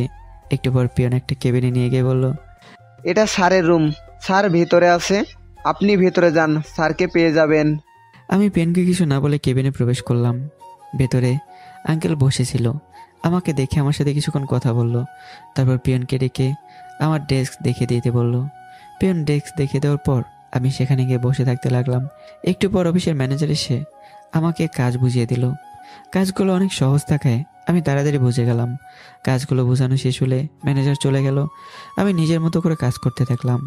সন্ধ্যার দিকে অফিস ছুটি হলো, তাই আমি অফিস থেকে বের হয়ে বাসায় যেতে লাগলাম। শহীদুল আঙ্কেল অনেক আগে বাসায় চলে গেছে। আমি রাস্তা দিয়ে হেঁটে হেঁটে বাসায় যাচ্ছি। আর কয়েক মিনিট হাঁটলেই বাসা পেয়ে যাব। সামনের দিকে তাকিয়ে আনমনে হাঁটছি। এমন সময় একটা ছেলে এসে আমার সামনে দাঁড়ালো। আমি ছেলেটির মুখের দিকে তাকিয়ে চমকে গেলাম, কারণ ছেলেটার কেউই না। সকালে সামিয়াকে যে ছেলে প্রপোজ করেছিল সে। কিন্তু আমার মাথায় একটা বিষয় ঢুকছে না, ছেলেটা আমার কাছে কেন এলো এবং আমার কাছে কি চায়? কি ব্যাপার, তুমি আমার পথ আটকে দাঁড়ালে কেন? ছেলেটি শয়তানি হাসি দিয়ে আমার কাঁধে হাত রেখে বলতে লাগলো, তুই সামিয়ার সাথে কি করিস? কয়েকদিন ধরে খেয়াল করছি তুই সামিয়ার সাথে যাওয়া আসা করছিস, তুই কে? আমি কাঁধ থেকে ছেলেটার হাত নামিয়ে দিয়ে বলতে লাগলাম, প্রথমে তোর সাথে ভালোভাবে কথা বলেছিলাম, কিন্তু তুই নিজে এসে বাজেভাবে কথা বলা শুরু করলি। এখন নিজেকে ঠিক রাখতে পারবো না। তুই কে যেন বলছিলি, সেটা আরেকবার বল। তুই সামিয়ার সাথে কি করিস? কালকে থেকে তোকে সামিয়ার ধারে কাছে দেখলে তোর খবর করে দেব। ছেলেটার কথা শুনে আমি হাসতে হাসতেই বললাম, এরকম হুমকিতে আমি ভয় পাই না। আমার লাইফে তোর মতো অনেক এরকম হুমকি দিয়েছে, কিন্তু কেউ কিছু করতে পারেনি। ছেলেটি রেগে গিয়ে আমার কলা ধরে বলল, আমাকে দেখে কি মনে হয় আমি তোর সাথে মজা করছি? দেখ, তোকে সেইবারের মতো বলছি, সামিয়ার সাথে তোকে যেন না দেখি। ওর সাথে তোকে দেখলে খুন করতে সমস্যা হবে না। কলার ধরার কারণে আমার মাথায় রক্ত উঠে গেল। ছেলেটির কাছ থেকে নিজেকে ছাড়িয়ে নিয়ে ছেলেটির নাক বরাবর একটা ঘুষি মারলাম। ঘুষি মারার কারণে ছেলেটি মাটিতে পড়ে গেল, সাথে নাক দিয়ে রক্ত পড়তে লাগলো। ছেলেটি নাকে হাত দিয়ে চিৎকার করছে। ওর এমন অবস্থা দেখে বললাম, আজকে তোকে হালকার উপর ছেড়ে দিলাম, আর ভালো করে শুনে রাখ, তুই সামিয়াকে ডিস্টার্ব করলে তোর অবস্থা খারাপ করে দেব। চুপচাপ থাকি দেখে দুর্বল ভাবিস না। ছেলেটি নাকে হাত দিয়ে রাস্তার উপর বসে চিৎকার করছে, নাক দিয়ে প্রচুর রক্ত বেরোচ্ছে। আমার শরীরে সমস্ত শক্তিতে নাকে আঘাত করার ফলে এমন হয়েছে। আমি ছেলেটিকে আর কোনো কথা না বলে বাসার দিকে হাঁটা শুরু করলাম। বাসার সামনে আস্তে আস্তে সন্ধ্যা হয়ে গেল। বাসার দরজায় কলিং বেল বাজানোর কিছুক্ষণ পরেই সামিয়া দরজা খুলে দিল। সামিয়া দরজার বাইরে আমাকে দাঁড়িয়ে থাকতে দেখে বলল, কি ব্যাপার, এত লেট করে বাসায় এলে? কাজের অনেক চাপ ছিল তো, তাই একটু লেট হয়ে গেছে। ও আচ্ছা, যাও রুমে গিয়ে ফ্রেশ হয়ে নাও। কথাটা বলে শেষেই সামিয়ার চোখটা আমার ডান হাতে গেল। হাতে কিছুটা রক্ত লেগে আছে। আমার হাতে রক্ত দেখে সামিয়া বলা শুরু করলো, তোমার হাতে রক্ত লাগলো কিভাবে? কোথাও কেটে গেছে নাকি? আমি হাতটা নিজের পকেটে ঢুকিয়ে দিয়ে বললাম, কিছুই হয়নি, তুমি ড্রয়িং রুমে বসে থাকো, আমি ফ্রেশ হয়ে আসছি। সামিয়াকে আর কোনো কথা বলতে না দিয়ে আমি চলে গেলাম রুমে। তারপর ওয়াশরুমে গিয়ে আয়নার সামনে দাঁড়িয়ে হাতে লেগে থাকা রক্তের অংশটুকু দেখে আনমনে বলতে লাগলাম, ছেলেটাকে যখন ঘুষি মেরেছিলাম তখন বোধহয় রক্তটা হাতে লেগেছে, না হলে আমার হাতে তো এটা আসার কথা নয়। আর এখন যেহেতু এটা এসেছে তাড়াতাড়ি ধুয়ে ফেলতে হবে, না হলে আঙ্কেল আন্টি দেখলে অসুবিধা হয়ে যাবে। আমি হাতে লেগে থাকা রক্তের অংশটুকু পানি দিয়ে ধুয়ে নিলাম। তারপর ফ্রেশ হয়ে ওয়াশরুম থেকে বের হয়ে ড্রয়িং রুমে চলে গেলাম। ড্রয়িং রুমে সোফায় বসে সামিয়া টিভি দেখছিল। আমি গিয়ে সোফায় বসলাম। তখন সামিয়া বলা শুরু করলো, তোমার দুইটা হাত আমার সামনে ধরো তো। কেন? সামিয়া হালকা রাগ দেখিয়ে বলল, দেখাতে বলেছি, দেখাও। আমি নিজের দুটো হাত সামিয়ার সামনে তুললাম। সামিয়া হাতগুলো ভালো করে চেক করলো, কিন্তু হাতে তেমন কোনো কিছু দেখতে পেল না। তোমার হাতের কোথায় কেটে গিয়েছে? আমি তো কোথাও আঘাত খুঁজে পাচ্ছি না। আমি আমার হাতগুলো সামিয়ার সামনে থেকে সরিয়ে নিয়ে বললাম, হাতের কোথাও আঘাত লাগেনি, তুমি শুধু শুধু চেক করছো। আঘাত লাগেনি? তাহলে তখন যে তোমার হাতে রক্ত দেখলাম সেটা? রক্তটা কোত্থেকে এসেছে এটা জানা সত্ত্বেও সামিয়াকে বললাম, আমি বলতে পারবো না, আসার সময় কোত্থেকে যে লেগে গেছে। ও তাহলে হাত ভালো করে ধুয়ে এসো। হ্যাঁ ধুয়েছি। তাহলে তো ভালো, কালকে ভার্সিটি যাবে? আমি মাথা নাড়িয়ে হ্যাঁ জানিয়ে সামিয়াকে বললাম, তুমি খাবে না? হ্যাঁ যাব, সকালে রেডি থেকো। আমি মাথা নাড়িয়ে হ্যাঁ জানালাম। এই কয়েকদিনে সামি আমার সঙ্গে ফ্রি হয়ে গেছে। সামিয়া তো প্রথম আমাকে দেখতে পারতো না, কিন্তু আস্তে আস্তে ফ্রি হয়ে গেছে। ড্রয়িং রুমে বসে দুজনে টিভি দেখছিলাম। টিভিতে একটা তামিল মুভি চলছিল। দুজনে মনোযোগ দিয়ে মুভির সিনগুলো উপভোগ করছিলাম। এমন সময় আঙ্কেল ড্রয়িং রুমে প্রবেশ করতে করতে বললেন, দুজনে একসঙ্গে টিভি দেখছো নাকি? আঙ্কেলের কথা শুনে আমি এবং সামিয়া নিজেদেরকে কিছুটা সামলে নিলাম। আমি কিছুটা মুচকে হাসি দিয়ে বললাম, হ্যাঁ আঙ্কেল, টিভি দেখছি। আঙ্কেলও মুচকে হাসি দিয়ে বললেন, আচ্ছা দেখ দেখ। কথাগুলো বলে আঙ্কেল আবার চলে গেলেন। তখন আমি এবং সামিয়া আগের মতো টিভি দেখতে শুরু করলাম। টিভি দেখতে দেখতে ডিনারের টাইম হয়ে গেল, তাই সবাই মিলে ডিনার শেষ করে যে যে রুমে গিয়ে ঘুমিয়ে পড়লাম। পরদিন সকালে আমি বাসার সামনে সামিয়ার জন্য অপেক্ষা করছি, কিন্তু সামিয়ার কোনো দেখাই মিলছে না। অন্যদিকে ভার্সিটির ক্লাসেরও সময় হয়ে যাচ্ছে। গাড়িতে বসে থাকতে থাকতে বিরক্ত হয়ে যাচ্ছি। গাড়ি থেকে নেমে বাসার ভিতরে ঢুকি সামিয়াকে ডাকতে যাব, এমন সময় বাসার মেন দরজা দিয়ে সামিয়া বের হয়ে গাড়ির কাছে এলো। সামিয়াকে আসতে দেখে আমি বাসার ভিতরে আর প্রবেশ করিনি, গাড়ির কাছে দাঁড়িয়েছিলাম। সামিয়া গাড়ির কাছে এসে আমাকে বাইরে দাঁড়িয়ে থাকতে দেখে বলতে লাগলো, কি ব্যাপার, তুমি গাড়ির বাইরে দাঁড়িয়ে আছো কেন? তোমার আসতে লেট হচ্ছিল দেখে ডেকে নিয়ে আসার জন্য ভেতরে যাচ্ছিলাম, কিন্তু তখন তুমি মেন দরজা দিয়ে বাইরে বের হলে, তাই ভেতরে নাকি এখানে দাঁড়িয়ে আছি। তা তোমার এত লেট হলো কেন? সামিয়া তাড়াহুড়ো করে গাড়ির ভেতরে বসে গেল এবং কিছুটা আদুরে গলায় বলল, সেসব কথা পরে বলবো, আগে ভার্সিটি চলো, এমনিতে আজকে লেট করে ফেলেছি। সামিয়ার কথা শুনে আমি আর কিছু বললাম না। গাড়িতে বসে গাড়ি স্টার্ট করে ভার্সিটির উদ্দেশ্যে রওনা দিলাম। প্রায় 10 মিনিট পর ভার্সিটির সামনে এলাম। গাড়িটা ভার্সিটির গেটের সামনে থামাতেই সামিয়া গাড়ি থেকে নেমে ভার্সিটির ভেতর চলে গেল। আমিও গাড়িটা পার্কিং করে ভার্সিটির ভেতর প্রবেশ করলাম, কিন্তু ভার্সিটির ভেতর প্রবেশ করে এমন একটা সিন দেখতে পাবো ভাবতে পারিনি, কারণ আজকেও সেই ছেলেটি একটা ফুল দিয়ে সামিয়াকে প্রপোজ করছে। প্রতিবারের মতো এবারও সামিয়া ছেলেটিকে একটা থাপ্পড় দিয়েছে, কিন্তু ছেলেটা এবারও চুপ করে আর থাকেনি। সামিয়াকে থাপ্পড় মারার জন্য হাত তুলতে যাবে, এমন সময় আমি গিয়ে ছেলেটার হাত ধরে ফেললাম। আমাকে দেখে ছেলেটা চুপ হয়ে গেল, মুখে বলার মতো আর কোনো কথাই পাচ্ছে না, চুপ করে আমার দিকে তাকিয়ে আছে।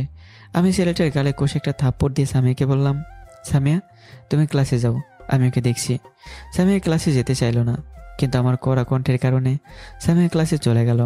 সামিয়া ক্লাসে যাওয়ার পর আমি ছেলেটাকে বললাম, তোর নামটা যেন কি? ছেলেটা কিছুটা রাগী ভাব নিয়ে বলল, মারু। কোন ইয়ারে পড়িস? 3rd ইয়ারে। আমি কিসে পড়ি সেটা জানিস? আমি তো সিনিয়র, বলে কখনো সিনিয়রদের সাথে টক্কর দিতে আসবি না। এমন অবস্থা করে ছাড়বো ভাবতেও পারবি না। শুধু সময়ের অপেক্ষায় আছি, সুযোগ পেলে তোর খেলা শেষ করে দেব। আর তুই যদি সামিয়ার পেছন ছাড়িস তাহলে তোকে আর কিছুই করবো না। আমি কথাগুলো বলেই মারুফের গালে একটা থাপ্পড় বসিয়ে দিয়ে ছেড়ে দিলাম। মারুফ কিছুক্ষণ রাগী চেহারা নিয়ে তাকিয়ে থাকলো, তারপর ভার্সিটির বাইরে চলে গেল। ভার্সিটির সকল শিক্ষার্থী আমার দিকে তাকিয়েছিল, আমার সেদিকে কোনো মনোযোগ নাই। আমি ক্লাসে চলে গেলাম। একে একে সকল ক্লাস শেষ করে ক্যাম্পাসে এসে দেখলাম সামি বটগাছের নিচে দাঁড়িয়ে আছে। আমাকে দেখতে পেয়ে কাছে এসে বলল, মারুফ তোমাকে কি বলল? এইসব কথা পরে হবে, আগে বাসায় চলো। না, আগে বলো মারুফ কি বলেছে? কি বলবে আমায়? যেটুকু টাইট দেওয়ার ছিল আমি দিয়ে দিয়েছি। এরপর বেশি কিছু করলে আরও ভয়াবহ অবস্থা করে ছাড়বো। সেসব বিষয় নিয়ে তুমি চিন্তা করো না। সামি আর কিছু না বলে গাড়ির দিকে যেতে লাগলো। গাড়ির দরজা খুলে গাড়ির ভিতর বসে পড়লো। আমি গিয়ে ড্রাইভিং সিটে বসে গাড়ি চালাতে লাগলাম। বাসার কাছাকাছি চলে এসেছি। এমন সময় সামি কিছুটা চিন্তিত হয়ে বলল, আচ্ছা, আজকে মারুফকে তো ছেড়ে দিলে, পরে যদি আমাদের কোনো ক্ষতি করতে আসে? সামির কথা শুনে আমি হাসতে হাসতে বললাম, আরে সেটা করতে পারবে না। তুমি কি জানো যে আসবে না? ও অবশ্যই আমাদের কোনো ক্ষতি করবে। তুমি চিন্তা করো না, এরপর থেকে আমাদের কোনো ক্ষতি করতে আসলে ওর অবস্থা খারাপ করে দেব। যা করার সেটা সাবধানে করতে হবে। হ্যাঁ, আমাকে একটা প্রশ্নের উত্তর দাও, মারুফের বাবা কি করে? মারুফের বাবা ছোট মাপের একজন বিজনেসম্যান। ওদের বিজনেস কেমন চলে? তেমন ভালো না, ব্যবসায় লোকসান হতে হতে ওরা এখন অনেক টাকা। সামিয়াকে বলতে না দিয়ে আমি বললাম, থাক আর বলতে হবে না, আমি বুঝে গেছি। তোমায় শুধু একটা কথাই বলবো, সেটা হলো তুমি মারুফের ফাঁদে পা দিও না। মারুফ ভালোবাসার নাম করে তোমাকে বিয়ে করবে, তারপর তোমাদের সবকিছু নিজের নামে করে নেবে। এসব তুমি জানলে কিভাবে? মারুফের পরিবারের কথা শুনে বুঝতে পারছি ওদের প্ল্যানটা। আমার বিশ্বাস হচ্ছে না। তাহলে এক কাজ করো, মারুফের সাথে রিলেশনে যাও, বাকিটা নিজেই বুঝে যাবে। আমি কথাটা বলে বাসার গেট দিয়ে ভেতরে প্রবেশ করলাম। এতক্ষণ কথা বলতে বলতে আমরা বাসার সামনেই চলে এসেছি। স্বামী আমার কোনো কথার উত্তর না দিয়ে গাড়ি থেকে নেমেই বাসার ভেতর চলে গেল। গাড়ি পার্কিং করে আমিও বাসার ভেতর ঢুকে গেলাম। আমি নিজের রুমে গিয়ে ফ্রেশ হলাম, তারপর লাঞ্চ করে রিক্সা নিয়ে অফিসে চলে এলাম। আমি নিজের ডেস্কে বসে কাজ করছিলাম, এমন সময় পেন এসে বলল, আপনাকে স্যার ডাকছে। স্যার ডাকছে কথাটা শুনে আমি কাজ বন্ধ করে দিলাম। পিয়নের দিকে প্রশ্নবোধক চাহনিতে তাকিয়ে বললাম, কেন ডেকেছেন? সেই সব বিষয়ে আমি বলতে পারবো না, আপনাকে যেতে বলছে, আপনি গিয়ে শুনে আসুন। পিয়নের কথার কোনো উত্তর দিলাম না। কাজের ফাইলগুলো গুছিয়ে রেখে হাঁটা শুরু করলাম আঙ্কেলের কেবিনের দিকে। আমি কেবিনের দরজাটা হালকা করে খুলে মাথা ঢুকে জিজ্ঞাসা করলাম, স্যার আসতে পারি? আঙ্কেল একটা ফাইল চেক করছিলেন। কারো গলার আওয়াজ পেয়ে দরজার দিকে তাকালেন। দরজার কাছে আমাকে দেখতে পেয়ে বললেন, হ্যাঁ, ভেতরে এসো, তোমার সাথে জরুরি কিছু কথা আছে। ভেতরে প্রবেশ করার অনুমতি পেয়ে আমি ভেতরে প্রবেশ করে টেবিলের সাথে থাকা চেয়ারে বসে পড়লাম। হ্যাঁ বলুন, কি জরুরি কথা? অফিস কেমন লাগছে? কাজে কোনো সমস্যা হচ্ছে কি? তেমন সমস্যা হচ্ছে না। সমস্যা হলে আমাকে বলবে, লজ্জা পাওয়ার কিছু নেই। জি স্যার। আমাকে স্যার বলার দরকার নেই, আঙ্কেল বলেই ডাকবে। সেটা কেমন করে হয়? আপনি এখন আমার বস, আপনাকে স্যার বলেই ডাকবো, বাসাতে আঙ্কেল ডাকবো। ঠিক আছে, তোমার ইচ্ছে। এখন মূল কথায় আসি। আমরা একটা প্রজেক্ট হাতে পেয়েছি, আমি চাই সেটা তুমি হ্যান্ডেল করো। আঙ্কেলের কথা শুনে আমি কি বলবো সেটা ভেবে পাচ্ছি না। নতুন নতুন অফিসে এসেছি, এখন প্রজেক্ট হাতে নিলে অনেক সমস্যা হবে, তাই প্রজেক্ট অন্য কাউকে দেওয়ার জন্যই বলবো। আমি তো সব কাজে নতুন এসেছি, তাই বলছিলাম প্রজেক্ট অন্য কাউকে দিলে সবচেয়ে ভালো হবে। আমি এটা নিয়ে অনেক ভেবেছি, কিন্তু কাউকে তেমন পাইনি, তাই তোমাকে সিলেক্ট করেছি। আমাকে ক্ষমা করবেন, আমি এই প্রজেক্ট নিতে পারবো না। আপনি অন্য কাউকে প্রজেক্ট দিয়ে দেন, আমাকে দিলে সমস্যা হতে পারে। আঙ্কেল কিছুক্ষণ ধরে কি যেন ভাবলেন, তারপর বললেন, ঠিক আছে, যেহেতু তুমি বলছো, তাহলে প্রজেক্টটা অন্য কাউকে হ্যান্ডেল করার জন্য দিয়ে দিচ্ছি। জি স্যার। ওকে, তুমি এখন আসতে পারো। কথাটা শোনা মাত্রই আমি কেবিন থেকে বের হয়ে নিজের ডেস্কে এসে চেয়ারে বসে দীর্ঘ একটা শ্বাস ছাড়লাম। যাক বাবা, বেঁচে গেলাম, নাহলে অনেক সমস্যা হয়ে যেত। একে তো আমি কাজে নতুন এসেছি, তার উপর যদি একটা প্রজেক্ট এসে পড়ে তাহলে অনেক ঝামেলা হয়ে যেত। এখন ভালো হয়েছে প্রজেক্ট আমার হাতে না এসে। এসব ভাবনা চিন্তা করে কাজ শুরু করে দিলাম। সন্ধ্যায় অফিস ছুটি হলো। আমি নিজে জিনিসপত্র গুছিয়ে নিয়ে রিক্সা নিয়ে বাসায় চলে এলাম। বাসার কলিং বেল বাজানোর কিছুক্ষণ পরই স্বামী এসে দরজা খুলে দিল, ওর মতো চলেও গেল। আমি বাসার ভেতর প্রবেশ করে নিজের রুমে গেলাম, তারপর ফ্রেশ হয়ে ড্রয়িং রুমে এলাম। ড্রয়িং রুমের সোফায় সামিয়া বসেছিল, আমি গিয়ে সোফায় বসলাম। সামিয়াকে বললাম, সামি কি খবর, কেমন আছো? ভালো, তুমি? আমি ভালো আছি। টিভিতে কি দেখো? তুমি টিভির দিকে তাকালে দেখতে পারবে। আমি টিভির দিকে তাকালাম, টিভিতে তামিল মুভি চলছে। সামিয়া যখনই টিভি দেখতে বসে শুধু তামিল মুভিগুলোই দেখে। মেয়েটা মুভি দেখতেও পারে। তুমি এত মুভি দেখো কেন বলো তো? ভালো লাগে তাই দেখি। শুধু তামিল মুভি দেখো? হ্যাঁ। আজকে তোমার অফিস কেমন কাটলো? খুব ভালো। কোনো সমস্যা হচ্ছে না তো? কোনো সমস্যা হচ্ছে না। তাহলে তো ভালো, কাজ করতে থাকো। হ্যাঁ, কালকে ভার্সিটি যাবে? হ্যাঁ, তুমি যাবে না? শিওর বলতে পারছি না। ও ওকে। দুজনের একজন আর কোনো কথা বললাম না। টিভিতে মুভি চলছিল, দুজনে সেটা দেখতে লাগলাম। মুভি শেষ হতে হতে রাত 9টা বেজে গেল, তাই আমরা ডিনার করে ঘুমিয়ে গেলাম। সকালে আমার ঘুম ভাঙার পর নাস্তা করে সামিয়াকে সঙ্গে নিয়ে ভার্সিটি গেলাম। আজকে ভার্সিটিতে মারুফের কোনো দেখা পাওয়া যায়নি। হতে পারে ভয় আসেনি, না হয় অন্য কোনো প্ল্যান তৈরি করেছে সামিয়াকে নিজের ফাঁদে ভাসানোর জন্য। ভার্সিটির ক্যাম্পাস দিয়ে হাঁটছিলাম, এমন সময় সামিয়া বলল ক্লাস শুরু করতে এখনও 10 মিনিটের মতো বাকি আছে। সামিয়া বারবার ক্যাম্পাসে চারদিকে তাকাচ্ছে, বোধহয় কাউকে খুঁজছে। এই জিনিসটাই আমার চোখে পড়ল, তাই বললাম কি হয়েছে, কাউকে খুঁজছো নাকি? সামিয়া একটু চমকে গেল, খোঁজ করা বন্ধ করে দিয়ে আমার দিকে তাকিয়ে বলল, হ্যাঁ, ইরা আপুকে খুঁজছিলাম, কালকে থেকে ওনার সাথে দেখা হচ্ছে না। এরা সবসময় ক্লাসে থাকে, আমাদের মতো ক্যাম্পাসে ঘোরাঘুরি করে না। তাহলে চলো তোমাদের ক্লাসে গিয়ে দেখা করে আসি। একটু পরে ক্লাস শুরু হয়ে যাবে, তাই ক্লাস শেষ করে দেখা করে নিও, সেটাই ভালো হবে। আচ্ছা। এখন ক্লাসে যাও, ক্লাসের সময় হয়ে গেছে। সামিয়া ওকে বলে নিজের ক্লাসে চলে গেল। সামিয়া চলে যাওয়ার পর আমি নিজের ক্লাসে গিয়ে দেখলাম এরা বসে আছে। আমি গিয়ে ওর পাশে বসলাম, এর সাথে ভালো মন্দ কথা জিজ্ঞাসা করছি। এমন সময় ক্লাসে স্যার চলে এলো, যার জন্য আর অন্য কথা বলতে পারলাম না। স্যার ক্লাস করানো শুরু করে দিলেন। আস্তে আস্তে সব স্যার ম্যাডামরা এসেও ক্লাস নিয়ে চলে গেলেন। ক্লাস শেষে আমি এরার সঙ্গে বাইরে চলে এলাম। ক্যাম্পাসের ভিতরে সামিয়া দাঁড়িয়েছিল। আমার সাথে ইরাকে দেখে এরার কাছে এসে কথা বলা শুরু করে দিল। এদের কথা বলার মাঝখানে আমি বললাম, তোমরা গেটের সামনে গিয়ে দাঁড়াও, আমি গাড়ি নিয়ে আসছি। এটা বলে আমি গাড়ির কাছে গেলাম। তারপর গাড়িটা নিয়ে গেটের সামনে গিয়ে সামিয়া এবং ইরাকে গাড়িতে তুললাম। আমি গাড়ি চালাচ্ছি, এরা এবং সামিয়া গল্প করছে। গাড়িটা এরার বাসার সামনে এসে গাড়িটা থামিয়ে ইরাকে বললাম, এরা তোমার বাসায় চলে এসেছি। এরা গাড়ি জানালা দিয়ে বাইরে তাকাতে তাকাতে বলল, এত তাড়াতাড়ি চলে এলাম? হ্যাঁ, চলে এসেছো। এরার কোনো কথা না বলে গাড়ি থেকে নেমে বিদায় দিয়ে বাসার ভেতর চলে গেল। তারপর আমি সামিয়াকে নিয়ে গাড়ি চালাতে লাগলাম। বাসায় প্রায় কাছাকাছি চলে এসেছি। এমন সময় গাড়ির চাকা নিচে কিছু একটা পড়ে চাকা যেন পাঞ্চার হয়ে গেল। চাকা নিচে কী পড়ে সেটা দেখার জন্য আমি গাড়ির দরজা খুলে নামতে যাব, এমন সময় একটা গুলি এসে আমার পায়ে লেগে রক্ত পড়া শুরু করে দেয়। হঠাৎ গুলির আওয়াজ শুনে আশেপাশে থাকা সবাই গাড়ির কাছে ছুটে আসে। সব কিছু চোখের পলকে হয়ে যাওয়ায় আমি খেয়ালই করতে পারিনি কে বা কারা গুলি করেছে। আমি সামিয়ার কাছে গিয়ে সামিয়াকে কোলে নিয়ে গাড়ি থেকে বের করলাম। ঘটনাস্থলে দাঁড়িয়ে থাকা মানুষের সাহায্যে একটা গাড়ির ব্যবস্থা করে সামিয়াকে কাছের একটা হাসপাতালে নিয়ে এমার্জেন্সিতে ভর্তি করালাম। আমি এমার্জেন্সি কেবিনের বাইরে দাঁড়িয়ে আঙ্কেলকে কল দিলাম। কিছুক্ষণ রিং হওয়ার পর কলটা রিসিভ করলো। তখন আমি বললাম, আঙ্কেল একটা সমস্যা হয়ে গেছে। আমার এই কান্না জড়িত কণ্ঠ শুনে আঙ্কেল বললেন, কি হয়েছে, তুমি কান্না করছো কেন? ফোনে বলা সম্ভব নয়, আপনি এই হাসপাতালে চলে আসুন, আমি সেখানে আছি। আমি আর কিছু না বলেই কলটা কেটে দিয়ে চেয়ারে বসে পড়লাম। তখন হাসপাতালের একজন ওয়ার্ড বয় দুজন পুলিশকে নিয়ে আমার সামনে এসে দাঁড়ালো। আমি ওয়ার্ড বয়দের দিকে তাকাতেই ওয়ার্ড বয় পুলিশগুলোকে দেখিয়ে বলল, ওরা দুজন আপনার সাথে কথা বলতে এসেছে। ঘটনা কিভাবে ঘটলো সেটার ব্যাপারে জিজ্ঞেস করবে, আপনি ওনাদের সাথে কথা বলুন। এটা বলে ওয়ার্ড বয় চলে গেল। দুজন পুলিশের ভিতরে একজন পকেট থেকে একটা নোটবুক বের করলো, কিছুটা কড়া কণ্ঠে আমাকে বলল, আপনি একদম শুরু থেকে ঘটনা বলুন, কি হয়েছিল সেখানে। আমি নিজেকে কিছুটা সামলে নিয়ে বলা শুরু করলাম। আমি এবং সামিয়া গাড়ি নিয়ে বাসায় যাচ্ছিলাম। গাড়িটা আমি চালাচ্ছিলাম, সামিয়া পিছনে বসেছিল। বাসায় পৌঁছাতে কিছুটা রাস্তা বাকি ছিল। ভালো মতো বাসায় যাচ্ছিলাম, এমন সময় গাড়ির চাকা পাংচার হয়ে যায়। তো কিসের সাথে পাংচার হয়েছে সেটা দেখার জন্য গাড়ির দরজা খুলেছি, আর সাথে সাথে একটা গুলি এসে সামিয়ার পায়ে লেগে যায়।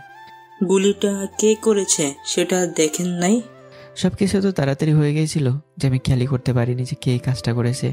আর সামিয়া ওইরকম অবস্থা দেখে সবকিছু বলে সামিয়াকে নিয়ে ব্যস্ত হয়ে পড়েছিলাম। সামিয়ার জীবন বাঁচানোর দরকার আগে ছিল। ভালোভাবে মনে করুন, আশেপাশে কাউকে দেখছিলেন কিনা? আশেপাশে কাউকে দেখতে পারিনি। ঘটনা হওয়ার পর সেখানে অনেক লোকজন জড়ো হয়ে গিয়েছিল, ফলে চারদিকে খেয়াল করা যাচ্ছিল না। ধন্যবাদ, আরো ইনফরমেশন দরকার পড়লে আপনাকে ডাকবো। জি ঠিক আছে। পুলিশগুলো আর কিছু না বলে ওখান থেকে চলে গেল। আমি ইমার্জেন্সি কেবিনের দরজার দিকে তাকালাম। এখনও ওপরে লাল রঙের আলো জ্বলছে, তার মানে স্বামীর চিকিৎসা এখনো চলছে। আমি মনোযোগ সহকারে আলোটার দিকে তাকিয়ে কি যেন ভাবছিলাম। তখন কেউ একজন আমার কাঁধে হাত রাখলো, ফলে আমার ভাবনা ছেদ পড়লো। পাশে তাকিয়ে দেখলাম আঙ্কেল দাঁড়িয়ে আছে। ওনাকে দেখে আমি কিছু বলবো, কিন্তু আঙ্কেল আমাকে বাধা দিয়ে নিজেই বলতে লাগলেন, আমাকে বলতে হবে না, আসার পথে সবকিছু শুনেছি। সামিয়া এখন কোথায়? আমি হাত দিয়ে ইমার্জেন্সি কেবিনটা দেখিয়ে দিলাম। আঙ্কেল কেবিনের দরজার দিকে অগ্রসর হলেন। দরজার মাঝখানে কাছের জানালা দিয়ে ভেতরে তাকিয়ে দেখলেন ডক্টররা স্বামীর চিকিৎসা করছে। গুলিটা স্বামীর ডান কাঁধে এসে লেগেছে। দুঃখিত পায়ে বলার জন্য, গুলিটা ডান কাঁধে এসে লেগেছে।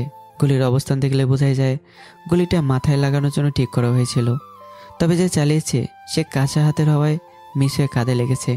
ডক্টররা স্বামীর চিকিৎসা করছে। আঙ্কেল জানালা দিয়ে যতটুকু দেখা যায় ততটুকুই দেখছে। এ বিষয়ে শুধু আঙ্কেল আর আমিই জানি। আন্টি এখনো জানে না। সে দুর্বল মনের মানুষ, এই খবর পেলে নিজেকে ঠিক রাখতে পারবে না। আমার দিকে তাকিয়ে দেখলেন আমি মাথায় হাত দিয়ে বসে আছি।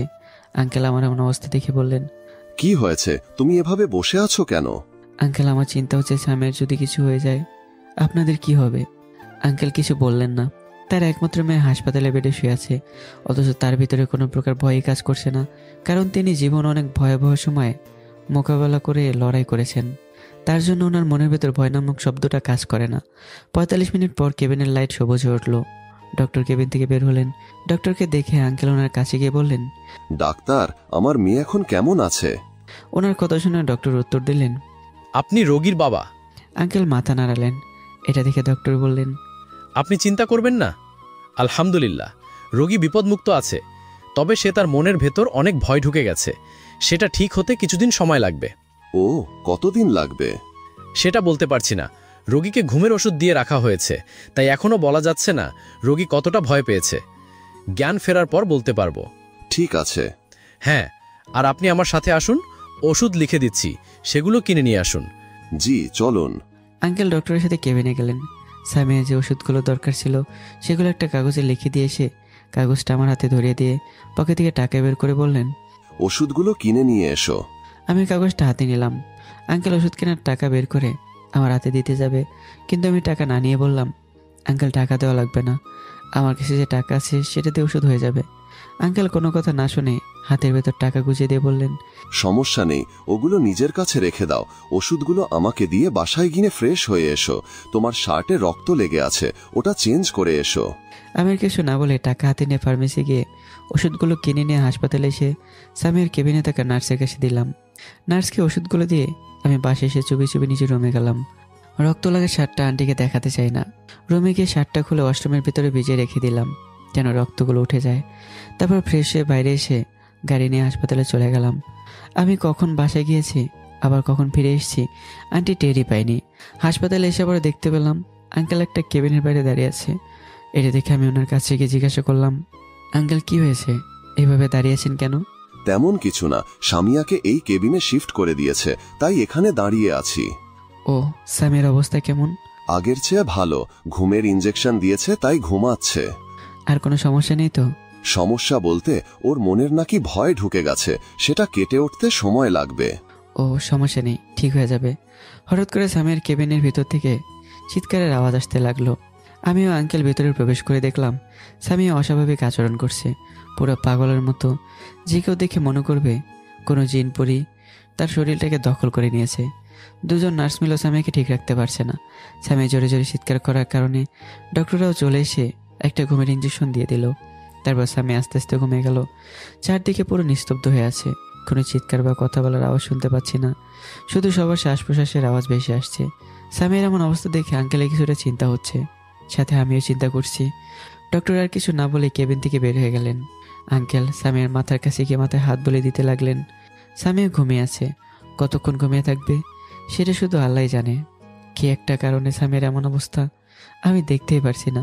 কেবিন থেকে বের হয়ে ওয়েটিং রুমের শেষে চেয়ারে গিয়ে ঘটনাস্থলটাকে মনে করতে লাগলাম। ঘটনাটা বারবার মনে করানোর চেষ্টা করছি। গাড়ির দরজা যখন খুললাম তখন একটা গুলি এসে স্বামীর গায়ে লাগে। গুলি কাঁধে লেগেছে, তাতে বোঝাই যাচ্ছে সামনে থেকে কেউ গুলি করেছে। কোনো প্রকার গাড়ি ছিল না, পুরো রাস্তা ফাঁকা ছিল। রাস্তার পাশে দুইটা বিল্ডিংও আছে। গুলি লাগার পজিশন অনুযায়ী মনে হচ্ছে ডান দিক থেকে চালানো হয়েছে। মানে ডান সাইডের বিল্ডিং থেকে। না, এখানে বসে থেকে সমাধান করা যাবে না, সেই জায়গাতে আমাকে যেতে হবে। তারপর সব কিছু খুঁজে বের করতে হবে যে কে কাজটা করেছে। আমি মনে মনে কথাগুলো ভাবতে ভাবতে ওয়েটিং রুম থেকে বের হয়ে আঙ্কেলের কাছে গেলাম। আঙ্কেল সামিয়ার কেবিনে বসেছিলেন।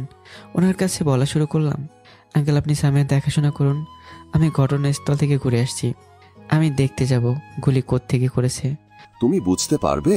হ্যাঁ আঙ্কেল, এসব করতে আমার সমস্যা হবে না, আমি ঠিক খুঁজে বের করবো কে এই কাজটা করেছে। Best of luck. আমি একটা মুচকি হাসি দিয়ে কেবিন থেকে বের হলাম ঘটনাস্থলে যাওয়ার জন্য। হাসপাতালে গেটের সামনে থেকে গাড়িতে উঠতে যাব, এমন সময় একজনকে দেখে দাঁড়িয়ে গেলাম। যাকে দেখে দাঁড়িয়ে গেলাম সে আর কেউ নয়, তিনি হলেন আন্টি। গাড়ির দরজা খুলে জামাল ভাইয়ের সাথে হাসপাতালের ভেতরে প্রবেশ করছেন। আন্টিকে এখানে দেখে আমি মনে মনে বলতে লাগলাম, আন্টিকে কে খবর দিল? এ বিষয়ে আন্টিকে জানিয়ে ভুল করলো না তো? এমনিতে উনি দুর্বল মনের মানুষ, অনেক কষ্ট দেখতে পারে না, এটা তো তার মেয়ে, না জানি সে কি করবে। এতক্ষণে আন্টি হাসপাতালের ভেতরে প্রবেশ করে ফেলেছেন। আমার মন কয়েকবার বলল ভেতরে গিয়ে সব দেখতে, কিন্তু ভেতরে গেলে আর বের হতে পারবো না। তাই ভেতরে যাওয়ার চিন্তা বাদ দিয়ে গাড়িতে বসে ঘটনাস্থলের দিকে যেতে লাগলাম। জায়গাটা হাসপাতালের কাছাকাছি, তাই যেতে সমস্যা হলো না। ঘটনাস্থলে এসে গাড়িটা পার্কিং করে গাড়ি থেকে নামলাম।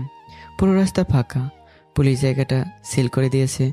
গুলি চলার কারণে রাস্তাতে গাড়ি চলাচল বন্ধ হয়ে আছে, ফলে আমার অনেক সুবিধা হবে বিষয়টা বুঝতে। সামিয়ার গাড়ি যেখানে ছিল এখনও সেখানেই পড়ে আছে। তদন্ত শেষে পুলিশ বাড়িতে পৌঁছে দেবে। আমি গাড়িটার কাছে গিয়ে সামিয়ার বসে থাকা জায়গাটাকে নিজেকে মনে করে কাহিনী বুঝতে লাগলাম। গাড়ির ডান পাশে একটা বিল্ডিং, বা পাশে রাস্তার পাশে আরেকটা বিল্ডিং। গলিটা ডান পাশে লেগেছে, তার মানে ডান পাশের বিল্ডিং থেকে চলার সম্ভাবনা বেশি। তবে অবাক করার বিষয়ে ডান পাশের বিল্ডিংটায় ভাড়াটিয়া থাকে। কোনো ভাড়াটিয়া তো আর বাসা থেকে গুলি চালাতে দেবে না, আবার সাথে থেকে গুলি চালানোর কোনো প্রশ্নই আসে না। এই ছেলে এখানে কি করো? হঠাৎ করে একজন পুলিশ এসে কথাটা বলে উঠল। এমন কথা শুনে কিছুটা ভয় নিয়ে পেছনে তাকালাম। একজন পুলিশ হাতে সিগারেট নিয়ে দাঁড়িয়ে আছে। সিগারেট মুখে নিয়ে একটা টান দিয়ে বলল, কি হলো বলছো না কেন? এখানে কি করো? মানে কোত্থেকে গুলি চালিয়েছে এটা খুঁজে বের করতে এসেছিলাম। খুঁজে বের করছো? হ্যাঁ, অনেকটা বের করেছি। বাকিটা আমরা খুঁজে নিব, তুমি এখান থেকে চলে যাও, নাহলে সমস্যায় পড়ে যাবে। কি সমস্যা হবে? এত বলতে পারবো না, তোমাকে চলে যেতে বলেছি, তুমি চলে যাও। আমি দাঁড়িয়ে থাকতে পারলাম না, গাড়ি নিয়ে হাসপাতালে ফিরে এলাম। পুলিশটা না থাকলে বের করে ফেলতাম গলিটা কোথা থেকে চলেছে। আমি পুরোপুরিভাবে নিশ্চিত ডান পাশে থাকা বিল্ডিংয়ের কোন একটা ফ্ল্যাট থেকে চালিয়েছে। কোন ফ্ল্যাট সেটা খুব তাড়াতাড়ি বের করব। ভাইয়া একটু রাস্তা ছেড়ে দাঁড়ান। আমি সামিয়ার কেবিনে যাওয়ার সময় মাঝপথে দাঁড়িয়ে গিয়েছিলাম। সেই সময় কেউ একজন পেছন থেকে কথাটা বলে উঠল। লোকটাকে দেখার জন্য আমি পেছনে ফিরে তাকালাম। লোকটাকে দেখে আমি তো আকাশ থেকে পড়লাম, কারণ লোকটা হলো আকাশ, মীরার সাথে যে ছেলেটাকে ফার্মেসি থেকে বেরোতে দেখেছিলাম। সহজ কথায় বলা যায় মীরার বয়ফ্রেন্ড। কি হলো ভাইয়া, সাইড দিচ্ছেন না কেন? এভাবে রাস্তার ভেতরে দাঁড়িয়ে থাকলে চলাচল করব কিভাবে? আমি আকাশে যাওয়ার জন্য রাস্তা ছেড়ে দিলাম। আকাশ একটা মেয়েকে নিয়ে হাসপাতালের ভেতরে প্রবেশ করলো। আমি আকাশের পিছু নিতে লাগলাম। আমি আজকে দেখতে চাই কি কারণে হাসপাতালে এসেছে আর এই শহরে কি করছে।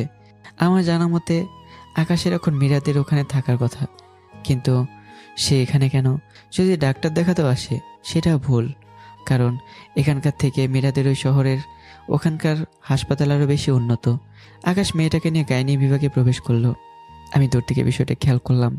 আমি আকাশকে চিনি, কিন্তু আকাশ আমাকে কখনো দেখেনি, তাই মীরার ভাই সাজ্জাদ দেখতে কেমন সেটাও জানে না। অনেকক্ষণ পর আকাশ মেয়েটিকে গাইনি বিভাগ থেকে বের করে নিচে নিয়ে যেতে লাগলো। আকাশের বের হওয়ার কিছুক্ষণ পর একজন ডাক্তার গাইনি বিভাগ থেকে বের হলেন। আমি গিয়ে ডাক্তারকে আকাশদের দেখিয়ে আকাশের সাথে থাকা মেয়েটির কথা জিজ্ঞাসা করলাম। তখন ডক্টর বললেন, মিস্টার আকাশের সাথে যে মেয়েটা এসেছিলেন উনি হলেন ওনার স্ত্রী। আকাশের স্ত্রী আছে কথাটা শুনে আমি যেন আকাশ থেকে বললাম, স্ত্রী থাকা সত্ত্বেও অন্য মেয়েদের সাথে সম্পর্ক করে বেড়ায়? আপনি কি নিশ্চিত মেয়েটা আকাশের স্ত্রী? হ্যাঁ, আমি 100% শিওর উনি ওনার স্ত্রী। আমাকে ওনাদের বিয়েতেও ইনভাইট করেছিল। তারা কবে বিয়ে করেছে? হবে 6-7 মাস। কিন্তু আপনি এইসব কথা জিজ্ঞেস করছেন কেন? এমনি, আমি আকাশকে চিনি, মেয়েটাকে চিনতাম না তো, তাই জিজ্ঞাসা করলাম। ওহ আচ্ছা, ভালো থাকবেন, পরে দেখা হলে কথা হবে। আমি ডাক্তারকে বাধা দিলাম না। ডাক্তার তার মতো চলে গেল। আমি সামিয়ার কেবিনের দিকে যেতে লাগলাম। আর আকাশের কথা ভাবতে লাগলাম। আকাশ বিয়ে করেছে 6-7 মাস, অথচ মীরার সাথে তাকে কয়েক মাস আগে দেখেছিলাম। তার মানে মীরা জানে না যে আকাশ বিবাহিত। আকাশ খুব চালাক একজন ছেলে, গাছেরও খেয়েছে, তলারও কুড়িয়েছে। জানি না মীরা বিষয়টা জানতে পেরেছে কিনা। যদি জানতে পারে তাহলে বুঝবে সে কি ভুল করেছে। ভাবতে আমার ঠোঁটের কোণে মুচকে হাসি ফুটে উঠল। মুখে হাসি নিয়ে সামিয়ার কেবিনে প্রবেশ করলাম। কেবিনে আন্টি আর সামি আছে। আঙ্কেলকে দেখতে না পেয়ে আন্টিকে আমি বললাম, আঙ্কেল কোথায় আন্টি? তোমার আঙ্কেল খাবার আনতে গিয়েছে। ও, সামিয়ার অবস্থা কেমন? ঘুমিয়ে থাকার জন্য কিছু বলতে পারছি না। আপনি আসার পরে কি ঘুম থেকে উঠেছিল? না, আমি এসে দেখি ঘুমিয়ে আছে। ও, তাহলে আমি থাকতে একবার ঘুম থেকে উঠেছিল, তখনই শেষ উঠেছিল। আমি চলে যাওয়ার পর আর উঠিনি মনে হয়। মনে মনে কি বলছো? কিছু না আন্টি, এমনি একা একা বলছিলাম।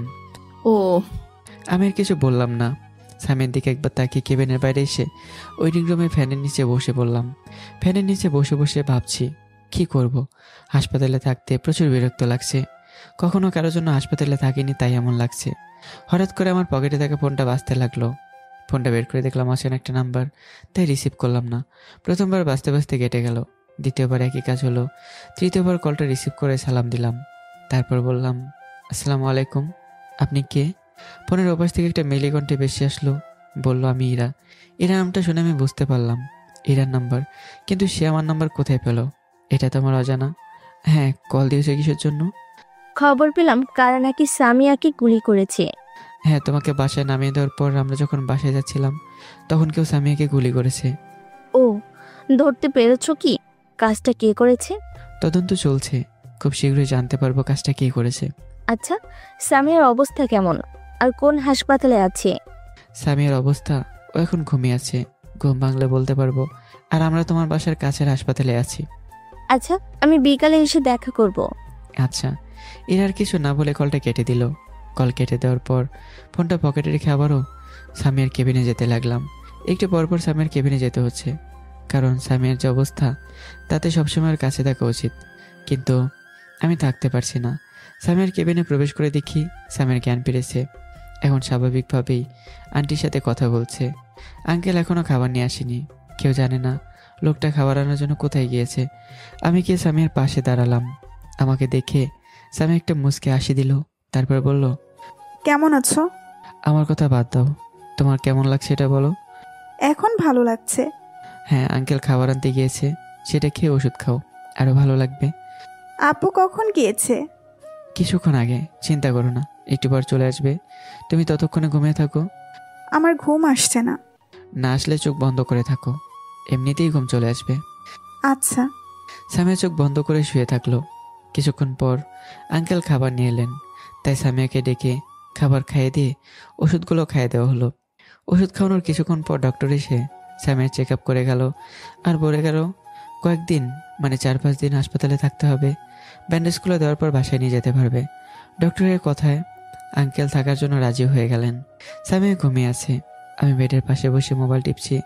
আন্টি এবং আঙ্কেল বাসায় চলে গেছে, সন্ধ্যার দিকে ফিরে আসবে।